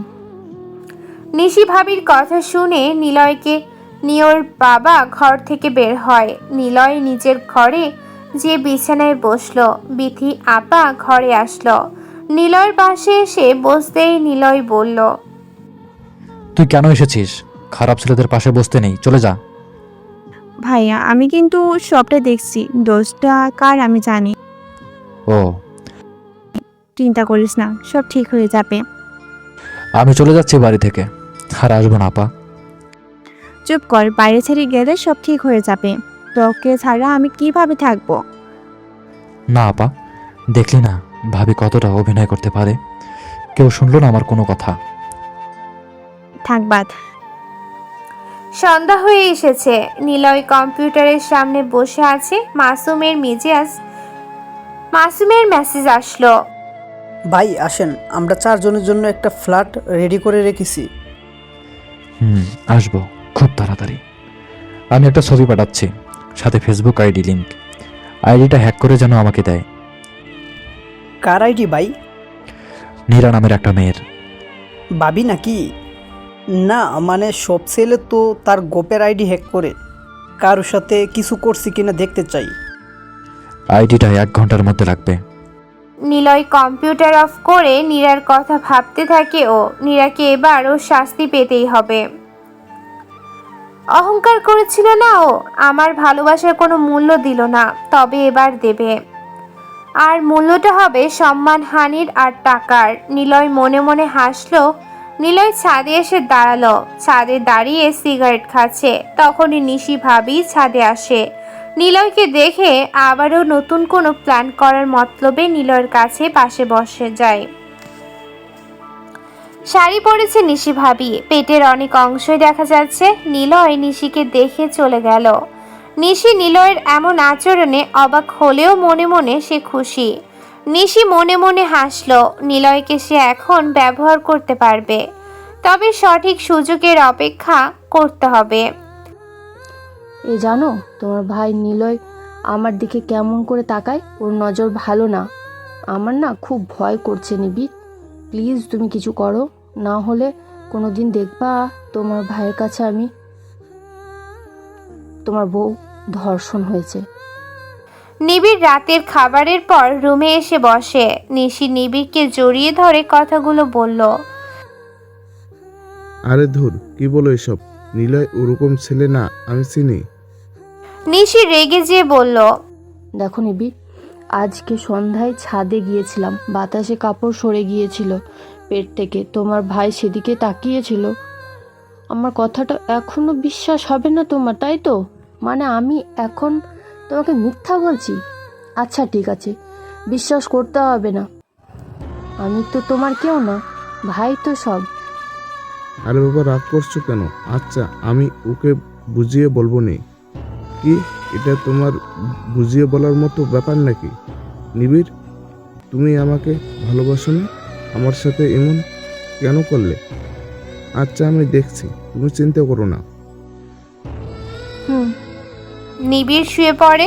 নিশি এবার জানে ওর চালটা অনেক শক্তি মত্তা পেয়েছে। নিলয়কে আগে বাড়ি থেকে তাড়ানোর প্ল্যান করছে ওর ভাবি, যার জন্য সে এত কিছু করছে। পরের দিন নিশি খুব তাড়াতাড়ি ঘুম থেকে উঠেছে। শাশুড়ি মা নিশিকে দেখে অবাক হয়। যে মেয়ে গতদিন সকালে না ওঠার জন্য এত কিছু করলো, সেই মেয়ে আজকে উঠে এসে নিজে থেকে, তাও রান্নাঘরে এসেছে। বৌমা, তুমি ঠিক আছো তো?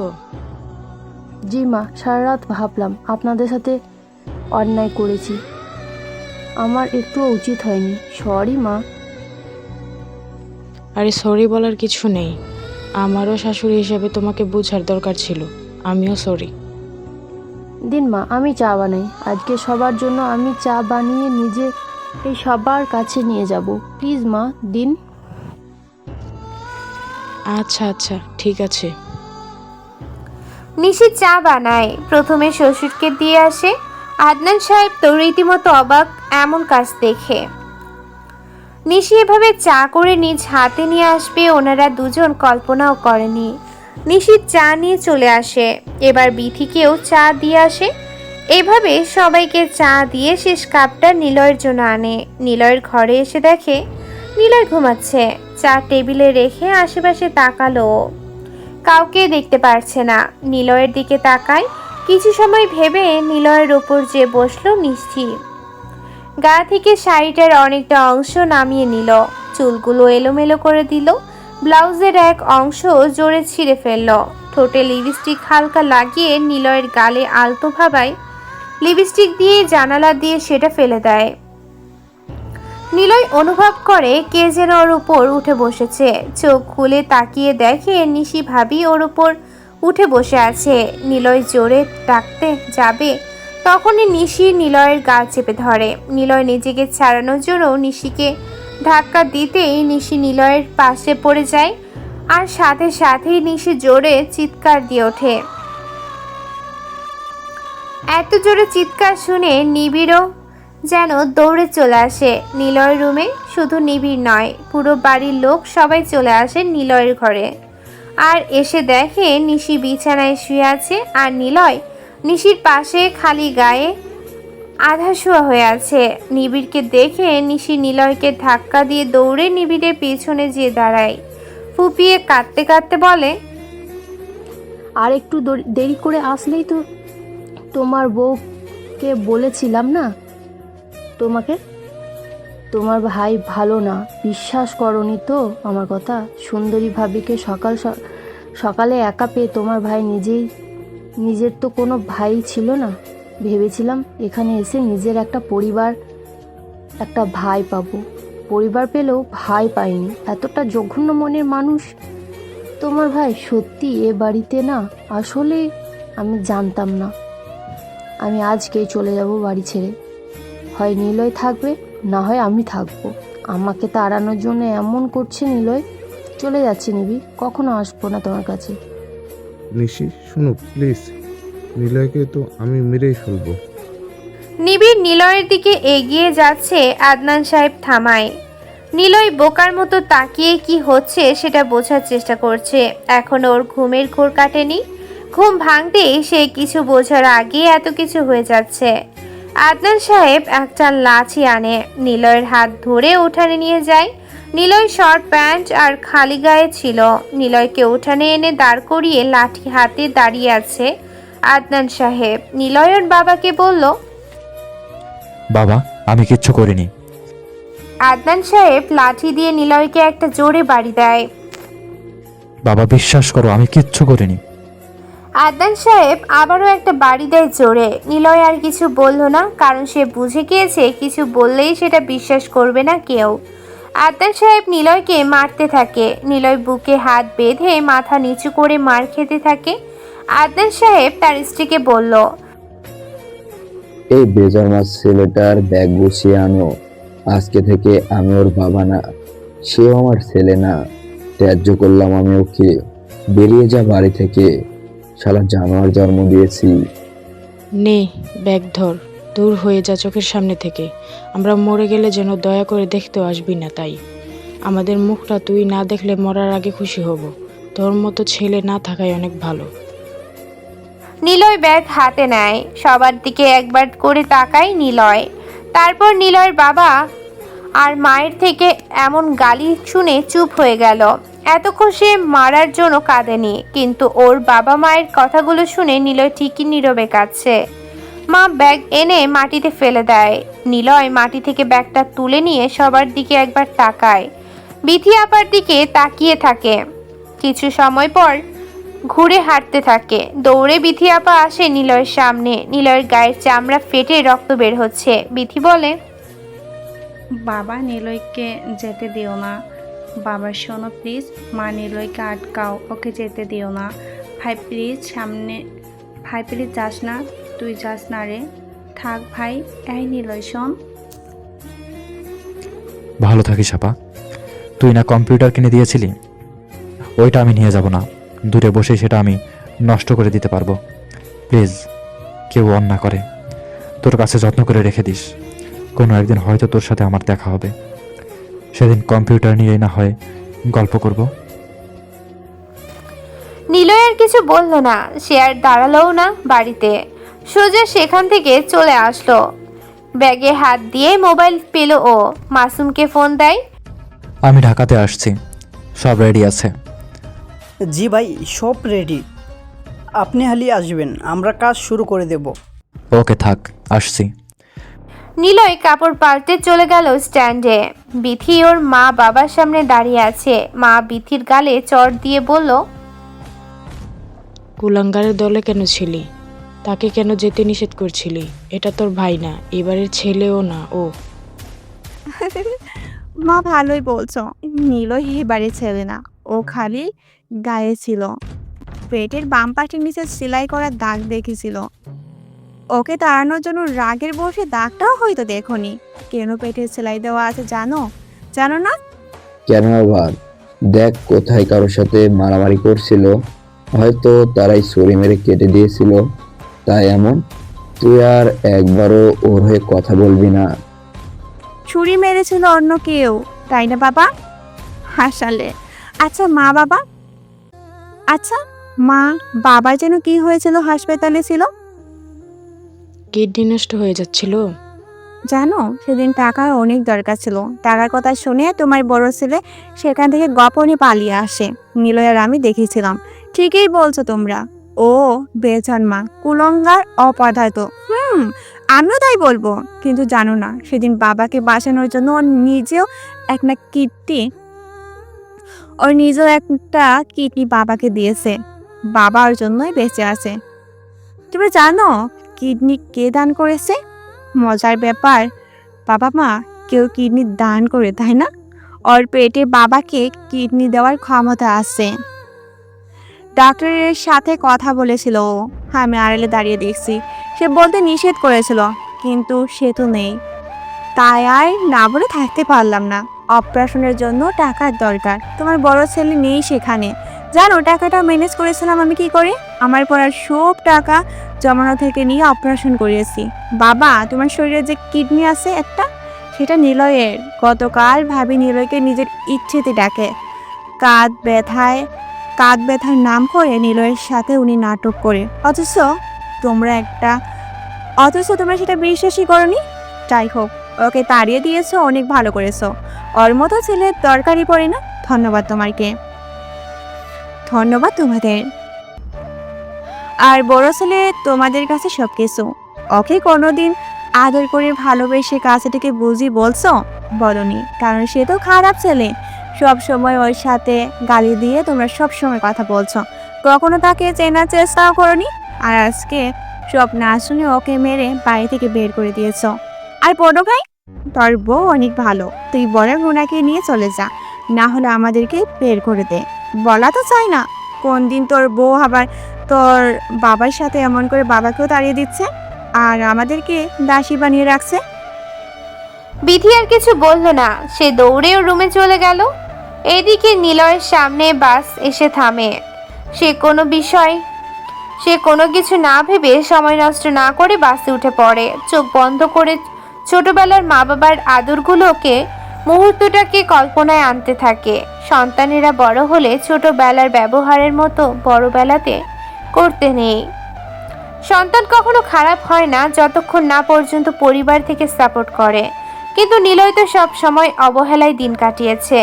বিধি ফোন দেয় নিলয়কে। নিলয় ফোন বন্ধ করে রেখে দিল। আদনান সাহেব চেয়ারে বসে আছে, পাশে ওনার স্ত্রী বসা। হঠাৎ শুনতে পায় নিবিড়ের ঘর থেকে নিশির কান্নার শব্দ। নিবিড় ওর বউকে পেটাচ্ছে। সুন্দর একটি সংসার একটা মেয়ের জন্যই নষ্ট হয়ে গেল। নিবিড়কে কেউ কিছু বলছে না, সবাই যেন চুপ হয়ে আছে। আদনান সাহেব গেঞ্জি উঁচু করে পেটের নিচে কাটা দাগ হাত দিয়ে দেখতে থাকে। নিলয়ের মা, আমাদের নিলয় চলে যায়নি বলো? তুমি দেখো, দুপুরে খাবারের সময় নিলয় ঠিকই বাড়িতে এসে বিথিকে ডেকে বলবে, আমার খেতে দে, ক্ষুধা লেগেছে। আচ্ছা শোনো, আমরা শেষ কবে নিলয়কে নিয়ে একসাথে খেতে বসেছি জানো? মনে পড়ছে না আমার? কবে যে ওকে আদর করে কাছে ডেকেছি, মনেও পড়ছে না। মায়ের কাছে সব ছেলে মেয়ে বায়না ধরে, নিলয় কবে যে আমার কাছে বায়না ধরেছে মনেই পড়ে না। মা বাবা ভুল করে না, কিন্তু এখন মনে হচ্ছে আমরাই অনেক বড় ভুল করে ফেলেছি। নিলয় আসবে দেখো। রাত হয়েছে। নিলয় বাস থেকে নামলো। ঢাকা শহরে এই প্রথমবার এসেছে ও। আশেপাশে তাকায়, চারপাশে CCTV camera, wifi war. Niloy সবকিছু ঘুরতে ঘুরতে দেখতে থাকে। আজকে ওর গায়ে অল্প টাকার শার্ট। নিলয় ব্যাগ নিয়ে এগিয়ে যাচ্ছে। হঠাৎ কেউ একজন ওকে পেছন থেকে জড়িয়ে ধরে। নিলয় ঘুরে তাকানোর আগে শুনতে পায়, এক্সকিউজ মি, আমাকে বাঁচান, ওরা আমাকে মেরে ফেলবে, বাঁচান প্লিজ, বাঁচান। নিলয় তাকালো। জিন্স আর শার্টের সাথে খুব বেশি ছোট চুল নয়, মাঝারি আকৃতির কাটা চুলের একটা সুন্দরী মেয়ে নিলয়ের সামনে দাঁড়িয়ে আছে। নিলয় দেখলো তিনজন ছেলে দৌড়ে নিলয়ের দিকে আসছে। এই হিরো, মালটা আমাদের কাছে পাঠিয়ে দে। শালির অনেক দেমাক হয়েছে, আমাকে ফিরিয়ে দেবে তাই না? কথাটা বলেই সামনে থাকা একটা ছেলে পেছনের পকেট থেকে অ্যাসিডের বোতল বের করে মুখ খুলে মেয়েটার দিকে ছুঁড়ে মারে। মেয়েটা ভয়ে মুখে হাত দিয়ে দাঁড়ায়। নিলয় সাথে সাথে নিজের ব্যাগ মেয়েটার মুখের সামনে প্রোটেক্ট হিসেবে ধরে রাখে। মেয়েটা এসব দেখে নিলয়ের দিকে তাকায়। নিলয় সামনে এগিয়ে এসে বলল, একটা মেয়েকে ভালো লাগতেই পারে, ইটস সিম্পল। ভালো লাগার কতগুলো কারণ আছে। কোনো ছেলে মেয়ের প্রেমে পড়ে চুল দেখে, নাক দেখে, হাসি দেখে, কথা বলার ধরন, মন মানসিকতা, চরিত্র দেখে। সেটাই হয় আসল প্রেম। আর কিছু ছেলে আছে তারা প্রেমে পড়ে মেয়েদের উপর, তাদের শরীর দেখে, হটনেস দেখে। তোরা কোন দলে? ওর প্রেমে কিসের জন্য পড়েছিস? তোকে কেন বলবো? এটা আমার এলাকা, আমি যা বলবো তাই হবে। ভালো করে বলছি, তুই চলে যা, মালটাকে আমাদের হাতে দিয়ে দে। সুন্দরী মেয়ে বলে আমাকে পাত্তা দেয় না। আজকে ওকে বোঝাবো সৌন্দর্য কাকে বলে। ঠিক, এটা অন্যায়।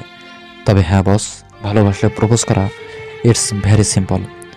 সে না করে দেবে, কারণ সে তোমাকে পছন্দ করেনি, ভালো লাগেনি, তাই সে না করে দেবে। ইটস অলসো সিম্পল, বাট তাকে জ্বালিয়ে বেড়ানো, তাকে হয়রানি করা not more simple. So Niloy কিছু বলল না। সামনে থাকা লোকটার বুকে জোরে একটা লাথি দেয়। পিছনে থাকা দুইটা ছেলে সাহস নিয়ে নিলয়ের দিকে এগিয়ে আসে, হাতে চাকু। নিলয় প্রথমে টাল সামলাতে না পেরে চাকুটা এসে লাগে নিলয়ের হাতে। তবে এরপর নিলয় নিজেকে ব্যালেন্স করে ছেলেটার কান বরাবর একটা থাবা দেয়। ছেলেটা পাকা রাস্তায় হুমড়ি খেয়ে পড়ে গেল। সাথে থাকা বাকি ওই দুইজন দৌড়ে চলে যায়। আমি মেয়েটার থেকে ব্যাগ নিয়ে চলে যাব, তখনই মেয়েটা বলল, আপনার তো হাত কেটে গেছে, দাঁড়ান। এই না না, ওড়না বা শাড়ির আসল ছিঁড়ে কাটা স্থানে বাঁধার কোনো দরকার নেই। এটা পুরনো বাংলা ছবির স্ক্রিপ্ট, নতুন কিছু থাকতে ট্রাই করুন। হো সরি, আপনার তো পরনে ওড়নাও নেই, শাড়িও নেই। আসি, কিচ্ছু লাগবে না। আরে আরে শুনুন, থ্যাঙ্কস। আমি নেহা, ঢাকা ভার্সিটিতে মাস্টার্স করছি। আমি না মানে আমি নিলয়, পড়তেই এসেছি মাস্টার্স। ওয়াও, আচ্ছা ওরা হলো। বুঝতে পেরেছি, আসি। নিলয় হন হন করে চলে গেল নেহা থেকে। নেহা হাবার মতো দাঁড়িয়ে দেখছে ছেলেটার চলে যাওয়াটা। নিলয় কিছু দূর আসার পর মাসুমদের নিলয় দেখতে পায়, কারণ নিলয় প্রথমবার অনলাইনে কাউকে ছবি দিয়েছিল। ছবি দেখেই নিলয়কে ওরা তিনজন চিনে ফেলল। ভাই, আমি মাসুম, ও অর্ক, ও সিয়াম। আমি নিলয়, অনলাইনে সবাই ডেভিল বলেই চেনে। জি ভাই, আপনি একটা জিনিয়াস। চলুন, সামনেই বিশাল ফ্ল্যাট নিয়েছি আমাদের জন্য। আসলে আমরা হোস্টেলে থেকে সীমিতভাবে অনলাইনে কাজ করতাম। আপনার সাথে পরিচয় হবে কোনোদিন ভাবিনি। আপনার সাথে আজীবন কাজ করব। পুরো বাংলাদেশ কিনতে যত টাকা লাগবে তত টাকা হ্যাক করে তবেই সবাই আলাদা হব। ভাই আপনি কি চান? পুরো দুনিয়া চাই। অনেক কাজ আছে আমাদের। আমাদের একটা গ্যাং দরকার, মাস্তানি গ্যাং, যা নিয়ন্ত্রণ করব আমরা। নিলয়ের কথা শুনতে শুনতে ওরা সবাই বাড়ির দিকে যেতে থাকে। নিলয় বাড়িতে এসে হাতের ব্যান্ডেজ করে নিল। খাবার টেবিলে বসে নিলয় বলল, আমাদের নিজেদের প্রোটেক্ট আগে দরকার। অনলাইনে সকল তথ্য আমাদের হাতের মুঠোয় আনবো। অনলাইনের সবকিছু আমার কবজায় এনে সরকারকেও পরিবর্তন করতে পারবো। আর এজন্য আমাদের গ্যাং বানাতে হবে। মাস্তানি গ্যাং থাকবে, আর থাকবে একটা হ্যাকার টিম। আমরা যারা ঘরে বসে হ্যাক করে তাদেরকে আমাদের আন্ডারে আনতে হবে। আর আমাদের অনলাইনে অপরিচিত নাম দিয়েই থাকতে হবে। আমাকে অনলাইনে তোরা ডেভিল বলে ডাকবি। তোরাও নিজেদের মতো একটা নাম বানিয়ে নিবি।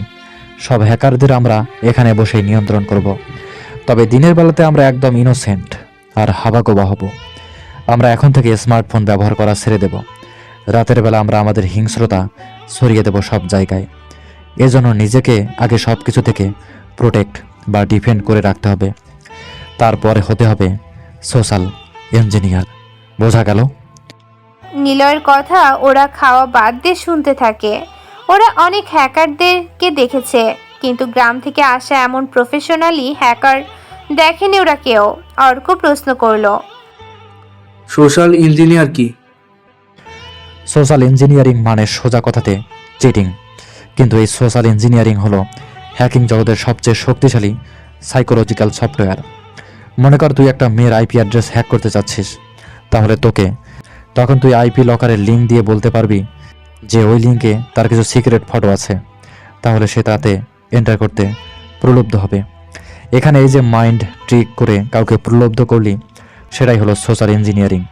মনে রাখবি, সোশ্যাল ইঞ্জিনিয়ারিং এর কোনো ধরাবাঁধা নিয়ম নেই, বরং তুই যখন যেভাবে যতটা দক্ষতার সহিত নিজের বুদ্ধিমত্তা এবং ধূর্ততা উপস্থাপন করবি, তোর সফল হওয়ার সম্ভাবনা ততই বাড়বে।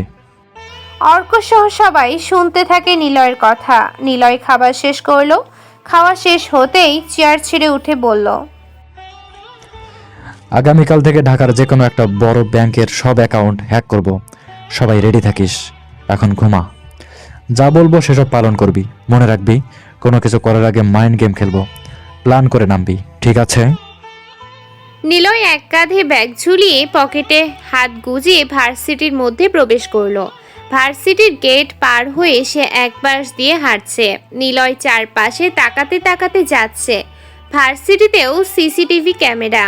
নিলয় এগিয়ে যেতে থাকে। কিছু দূর আসার পর নিলয় দেখে কয়েকটা ছেলে জুনিয়রদের র্যাগ দিচ্ছে। নিলয় কিছু সময় দাঁড়িয়ে দাঁড়িয়ে সেগুলো দেখতে থাকে। হঠাৎ শুনতে পেল, তাহলে তুই আমাদের ছেলেকে মেরেছিস? নিলয় ঘুরে তাকায়। কয়েকটা ছেলে এসে সামনে দাঁড়িয়েছে। নিলয় ভালো করে দেখে সামনে যে কয়েকটা ছেলে আছে ওদের পেছনে দুটো ছেলেকে চিনে, কারণ কাল রাতেই ওদের সাথে দেখা হয়েছে। নিলয় বলল, কাল রাত্রে 3টা বাচ্চাকে পড়া না পারার জন্য মেরেছিলাম। ওরা কার লোক, কার পয়দা করা ছেলে জানি না, এখন জানলাম। আসি। ওই দাঁড়া দাঁড়া, কিলার রাশেদ নাম শুনেছিস? আমি সেই কিলার রাশেদ। এই এলাকা আমার, আমি এখানে যেটা বলি সেটাই হবে। You are killer, I am your master. আচ্ছা কিলার ভাই, আপনি দিনে কয় টাকা ইনকাম করেন? এই তোর কাছে কি আমি টাকার জন্য এসেছি? আহা, বলুন না, দরকার আছে। দিনে 3-4 হাজার তো করি, মাসে 1 লাখেরও বেশি। ও, আপনাকে মাসে 1.5 লক্ষ টাকা দেব। আপনি আমাকে এই শহরের সবচাইতে বড় গ্যাংয়ের নাম্বারটা দেবেন, রাজি? আর আমার হয়েও কাজ করবেন। আপনার নাম্বারটা দিন। মানে তুই কে ভাই? হুট করে এত টাকার অফার কেন করছিস? আমার বস আমাকে এই শহরের বড় মাস্তানের নাম্বার খুঁজছে, তাই সেটা দরকার। বুঝেছেন ভাই? তুই পুলিশের লোক নয় তো? কে তুই ভাই বল? তোর বস কে? আমার বসের নাম ডেভিল, তাকে চিনি না, তবে সে দূরে বসে সব কাজ করে। আপনার অ্যাকাউন্ট নাম্বার সহ ওনার নাম্বারটা দিন। আগে টাকা অর্ধেক পাবেন, পরে পুরোটাই। আচ্ছা। নিলয় চলে যাচ্ছে। এইদিকে পেছনে থাকা ওই কাল রাতের দুজন ছেলে রাশেদকে বলতে থাকে, ভাই ও চলে যাচ্ছে, ওকে কিছু বলবে না, আমাদের মেরেছে কাল রাতে। আরে চুপ থাক, আজ থেকে ওর বসের লোক আমি, সাথে তোরাও। তাই ওকে মেরে আমাদের কি লাভ? আমি টাকায় কাজ করি। এখন সাকিব ভাইয়ের নাম্বারটা দিয়ে দিচ্ছি, সে যা ইচ্ছে করুক। উল্লেখ্য সাকিব হল ঢাকা ভার্সিটি সহ এই থানার এমপির বড় ছেলে ও একজন মেয়র। আর বড় কথা, সেই হল এসব কিছুর গোপনে মাস্তানি করে বেড়ায়। নিলয় এখন ওকেই খুঁজছে। কেন খুঁজছে? এইটাই তো মাইন্ড গেম। নিলয়ের হ্যাকিংয়ের মাইন্ড হ্যাক, আর ওদিকে মাস্তানদের হাত করে শহরের সবকিছু নিজের কবজায় রাখবে। নিলয় শহীদ মিনারের সিঁড়িতে যেয়ে বসল। নিলয়ের এক হাতে হ্যাকিং ওয়াচ, যা দিয়ে সে এখানে থাকা সব লোকাল এরিয়ার অবস্থান বুঝে ফেলবে। আরেক হাতে মাসির আকৃতির একটি ড্রোন কিট, যা দিয়ে সে ব্যাংকের মধ্যে সব সিসি ক্যামেরাকে ব্লক করে দেওয়ার জন্য পরিস্থিতি বুঝতে পারবে। নিলয় ছোট থেকে মাইন্ড গেম নিয়ে চলতো। ওর ছোট থেকেই একটা কথা নিজেই নিজেকে বলতো, মানুষ চেষ্টা করে একবার আর মহামানব চেষ্টা করে বারবার। এই জন্য প্রথম যেদিন ওর রাত জেগে হ্যাক নিয়ে প্রতি রাতেই সময় কাটাতো, মনে মনে ভাবতো কিভাবে অন্যের তথ্য ঘরে বসেই জানা যাবে, কিভাবে সব কিছুর জন্য তথ্য আমার কাছে চলে আসবে। সে এমনি এমনি এসব পারেনি, সে চেষ্টা করেছে, সব সময় পড়েছিল এর পেছনে, আর এখনই সে এটার ফায়দা নিচ্ছে। প্রথম হ্যাকের মাধ্যমে ব্ল্যাকমেল করে টাকা প্রায় শেষ। এই জন্য নতুন কোনো ব্যাংক হ্যাক করার প্ল্যান করছে। নিলয় সিঁড়িতে বসে কথাগুলো ভাবছিল। উঠে চলে যাবে তখনই শুনতে পায় নিলয়, মিস্টার নিলয় সাহেব, আপনি এখানে? নিলয় ঘুরে তাকায়। কালকে রাতের ওই মেয়েটা, যার নাম নেহা, সে এসে দাঁড়িয়ে আছে। নিলয় হাত উঁচু করে হ্যালো বলল।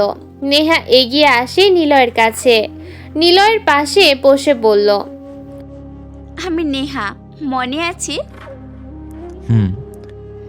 আপনি এখানে কখন এসেছেন? এই মাত্র। কোন ডিপার্টমেন্টে? Computer science. আচ্ছা, আপনি কি কম কথা বলেন? হুম হুম। কেন? না, এমনি।